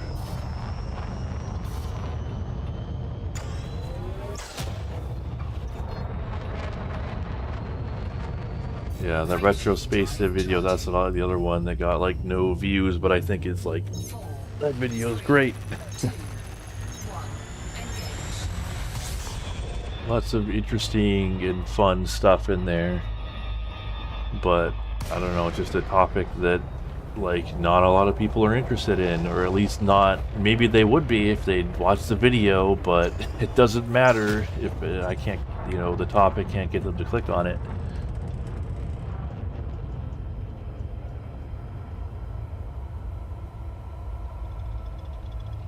Elite Dangerous, what does that even mean?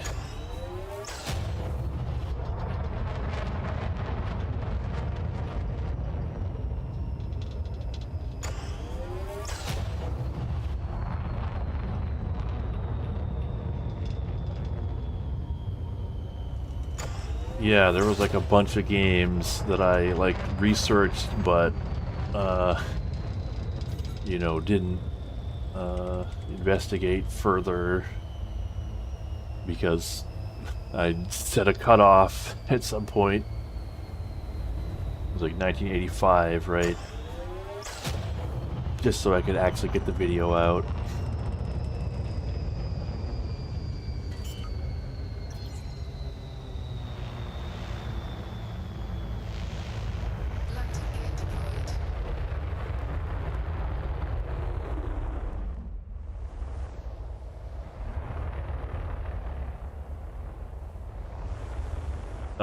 Well, so that's the thing about, you know, if you import the game into the Steam launcher,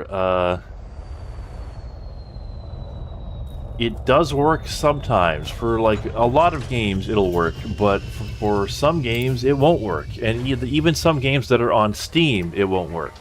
It's just the nature of the way they did...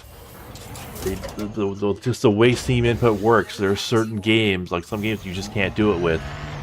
It just won't work.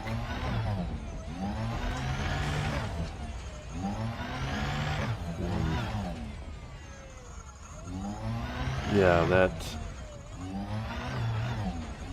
Star Ixiom is like that. It's like a sequel to Star Luster on PlayStation that I know about because I saw Sean Johnson talk about it in his video about every Namco game on the PlayStation. Speaking of which, I feel like I haven't seen a Sean Johnson video in a while. Like it has been a while since he uploaded, I think, unless it just, you know, hasn't. Unless he did, and the algorithm hasn't surfaced it to me. I should check.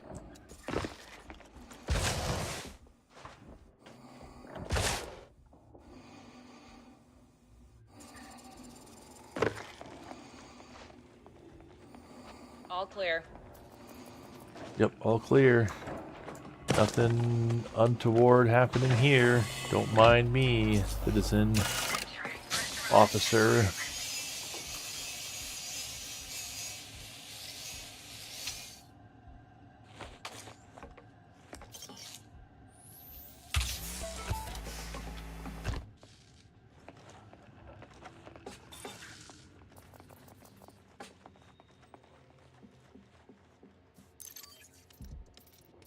Man, I am getting really bad luck. How many runs has it been since I've got a drop? I feel like maybe I should just give up and wait for a mission to spawn with these. Because I need 5 more of them, I think. Or maybe it's 4. Star Voyager. Yeah, Star Voyager is weird because, like, I don't know if that has anything to do with, like, the Atari 2600 Star Voyager. Because there's just a game called Star Voyager for the NES, which I didn't cover because it was after 1985. But, you know, seemingly no relation to the Star Voyager that I did cover.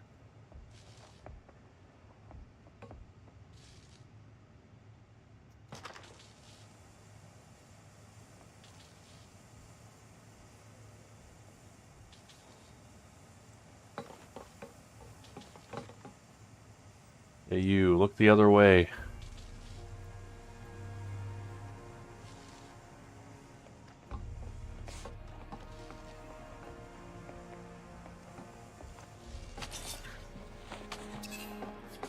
And give me your ID while you're at it.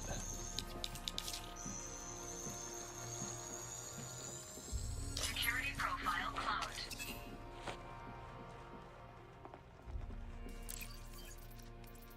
Oh man. 3.5% drop rate. Does get rolled a bunch of times, but still sucks. It's still brutal.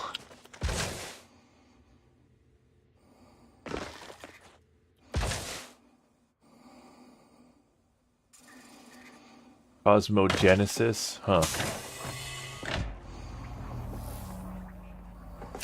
Entering pressurized environment.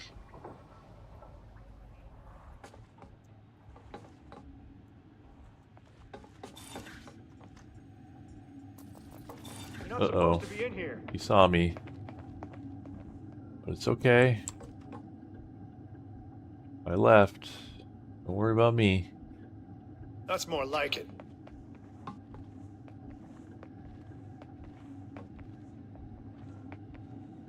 Yes, please watch the controller video. Thank you. Oh no. Don't come in here. What are we having a party in here?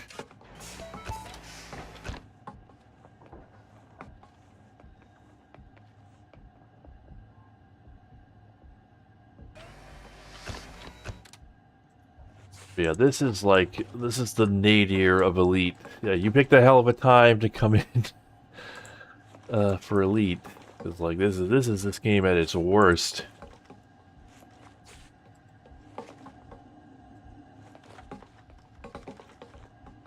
You can't deal with me at my materials farming. You don't deserve me at my space combat exploration.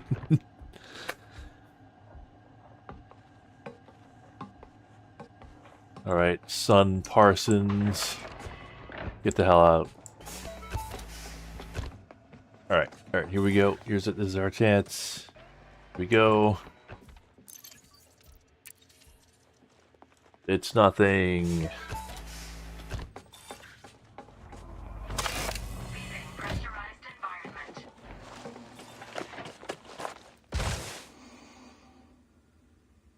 I don't think that guy was a guard, so it's okay. You can look at me out there.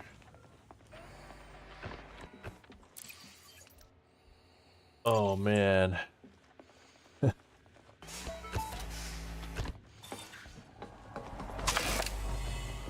I don't know how much longer I should take this. This is rough.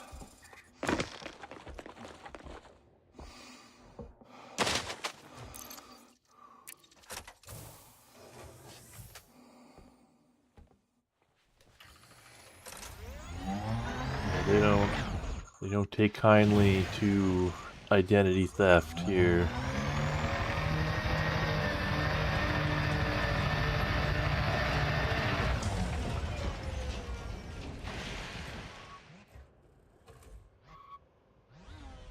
Yeah, it would be nice if I just came here and everyone was dead because they all were all fighting each other.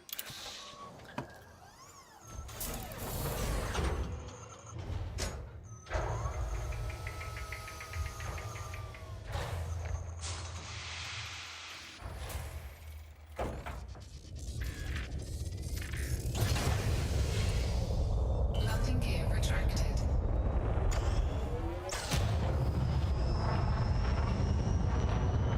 Yeah, I think like Star Raiders, like the mechanics and systems of Star Raiders Frameshift drive charging.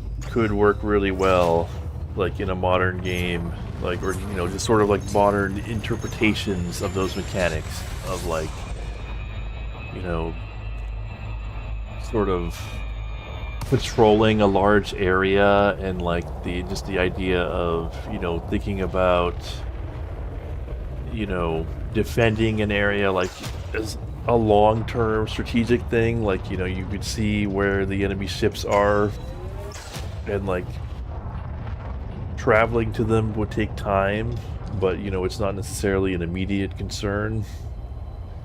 Just, you know, just looking at a larger map and seeing where the enemy ships are, stuff like that. I don't know if that makes any sense. It's kind of hard to explain what I'm talking about there. And I am like, I'm kind of losing it here. I'm kind of going insane doing this. I haven't even been doing it for that long, but you know, it has its effect on me.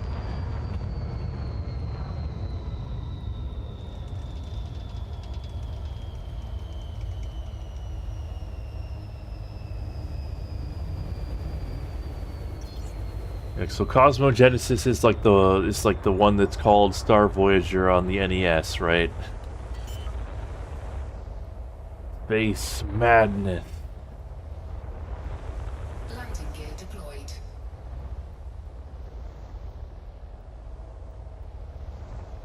God, my favorite thing about Space Madness is like, I don't even think Steve Buscemi's character like even did anything useful. He literally just came along and then just went insane and started shooting a machine gun in the air or whatever it is he did.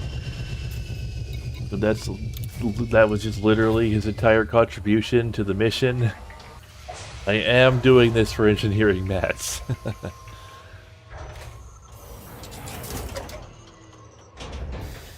gravity warning. People just be wondering like, why is there bread here?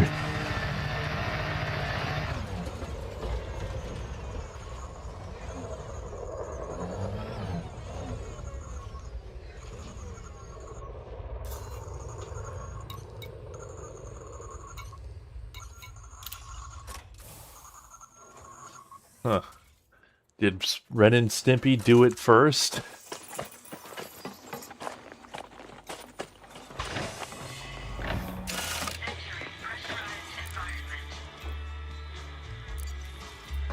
Nope.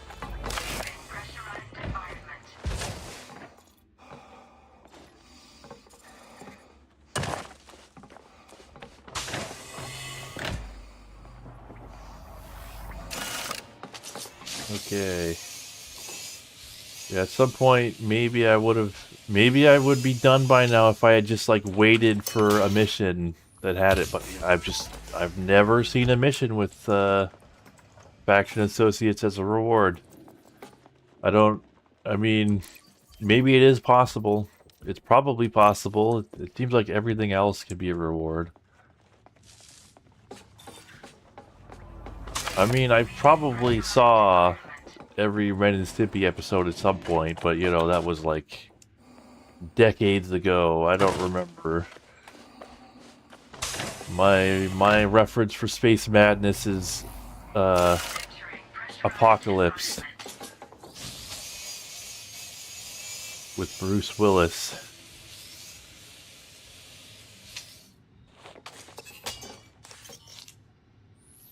I forgot to steal that guy's ID.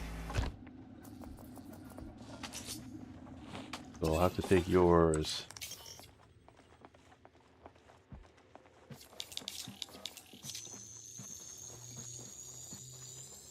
Security profile cloned.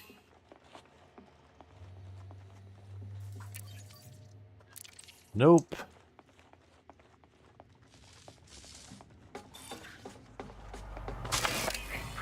Okay, I don't know if I just run away. They'll probably go hostile if I do that. I feel like I need to be like, yep, I'm here and I'm out of the restricted area. Stand down, please.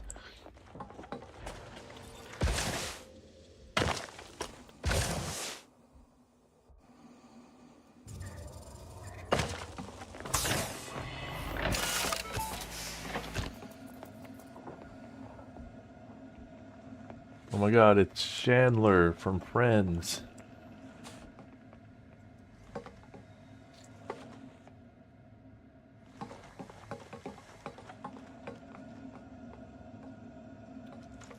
Come on. Are you looking at me? Sometimes, when you stand in certain places, your character gets to shake.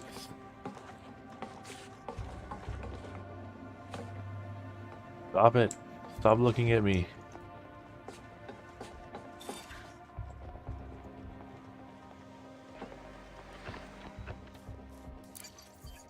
Oh my god. Yeah, I mean, yeah, kind of. That is sort of what it sort of set me on this path of trying to get all the best stuff. Is operations. This is literally the last thing I need is this faction associates data. And I can just do a bunch of upgrades for all my on-foot stuff. Almost an hour over. Hey.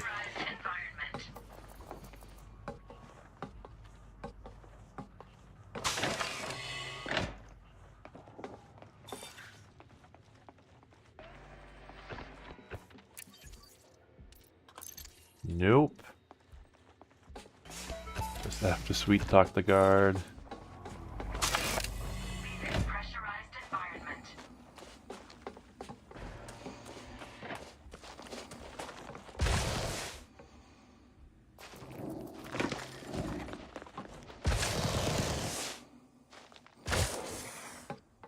Can't scan me.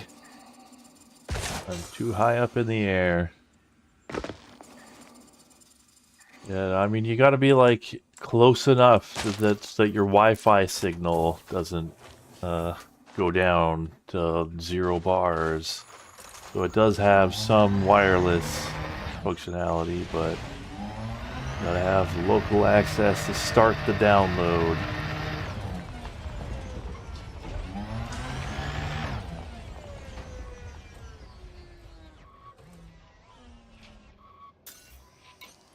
Yeah, honestly, the most unrealistic thing about this game is that their info security is as good as it is.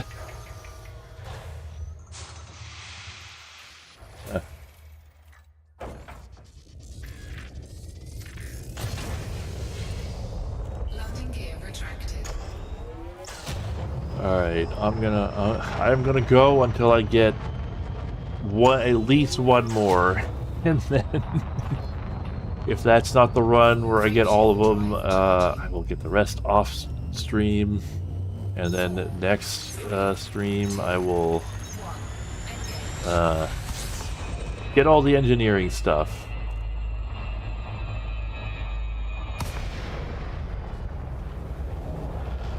I do want to do that on stream so people can see all the, get the payoff for all of this.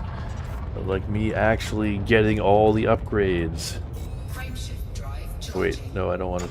I do not want to activate the frameshift drive. If there's any kind of like ship-related stupidity that should get you killed, it's that. Activating the frameshift drive while less than 20 kilometers away from the planet and pointed straight down.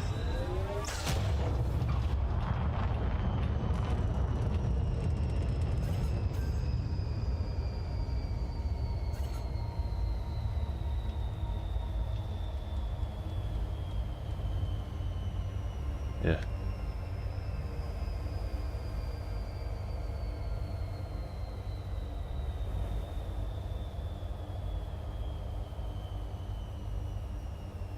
But yeah, I guess, there's so much, there's gotta be so much internet in Elite.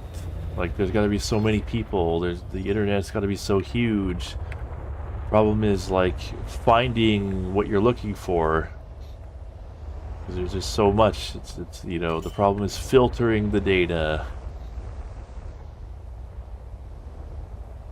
Landing gear deployed. So it's more convenient to just walk up to a data port and download what's on it if it happens. Oh, no. That's the wrong button. You have entered a trespass zone. Trespass zone cleared.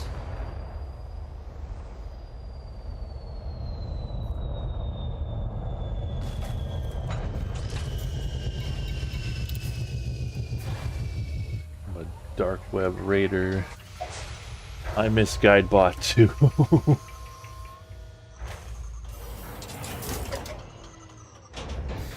gravity warning. Yeah. Come on, Elite. Just give me this one thing I need. This one Faction Associates data. I'll be too unsatisfying to log off now without even getting a single other one. We gotta end on a victory here. Entering pressurized environment. Hey, we got 2 of them. All right, here we go. Let me go look. Stop them!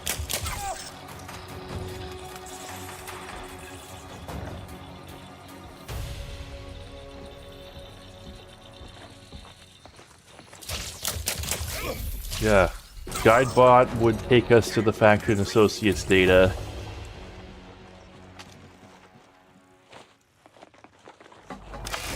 Leaving pressurized environment. Yep. Don't mind me. I have nothing to do with what was going on in there. Just go about your business or go investigate that. Figure out who did it. Entering pressurized environment. Someone was downloading MP3s in there. A real bad scene. Entering restricted area.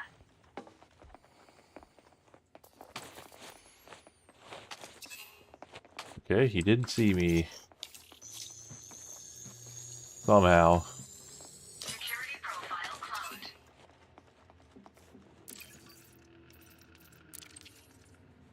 Okay, can we get 3 more? Leaving restricted area.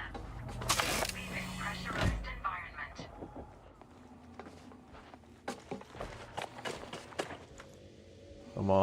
3 more faction associates. We get a hat trick here and end on a satisfying note.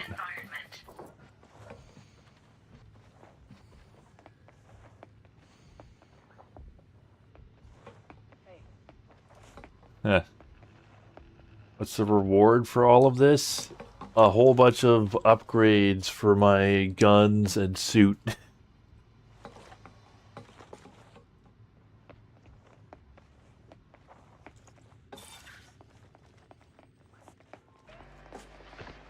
Which will hopefully be enough so that we can, you know, do a hard operation.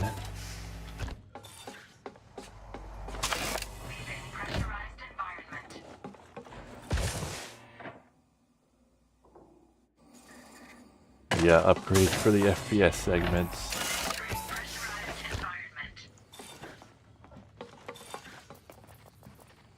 Nope, it's fine. Don't worry about it.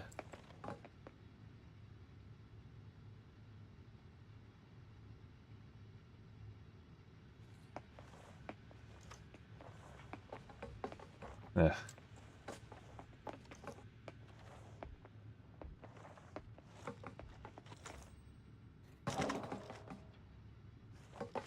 There's this like weird spot here where these are the things you notice when you do this a million times. There's like a specific spot somewhere around here that causes the screen to shake like crazy.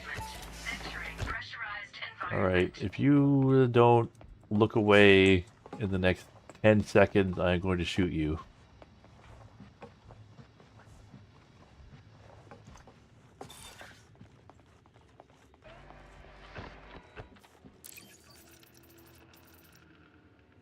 Man, so many roles and none of them was faction associates.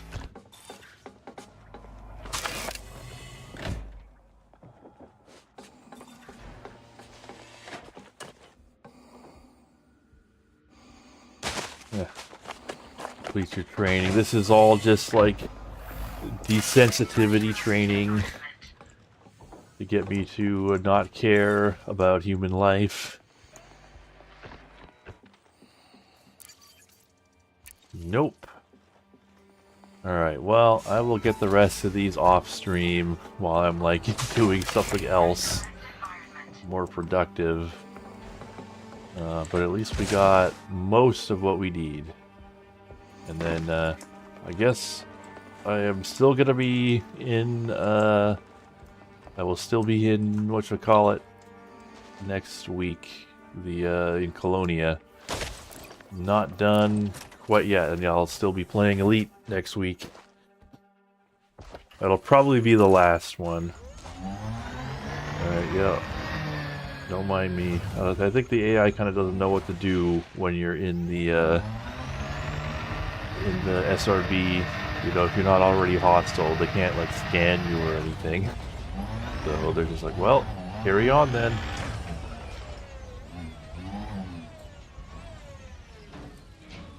Yeah.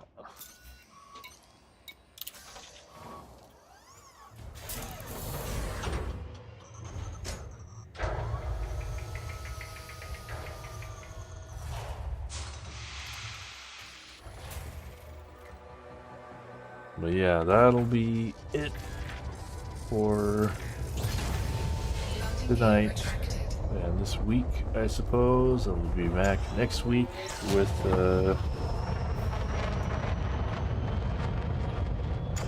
Descent, and then more Elite. I guess there was what, Blast Zone and another game that I'm forgetting the name of. Probably one of those. We'll look it up and probably play that next week. Also more of this, but it'll be, you know, the satisfying conclusion to this arc. I'll just leave it like this. But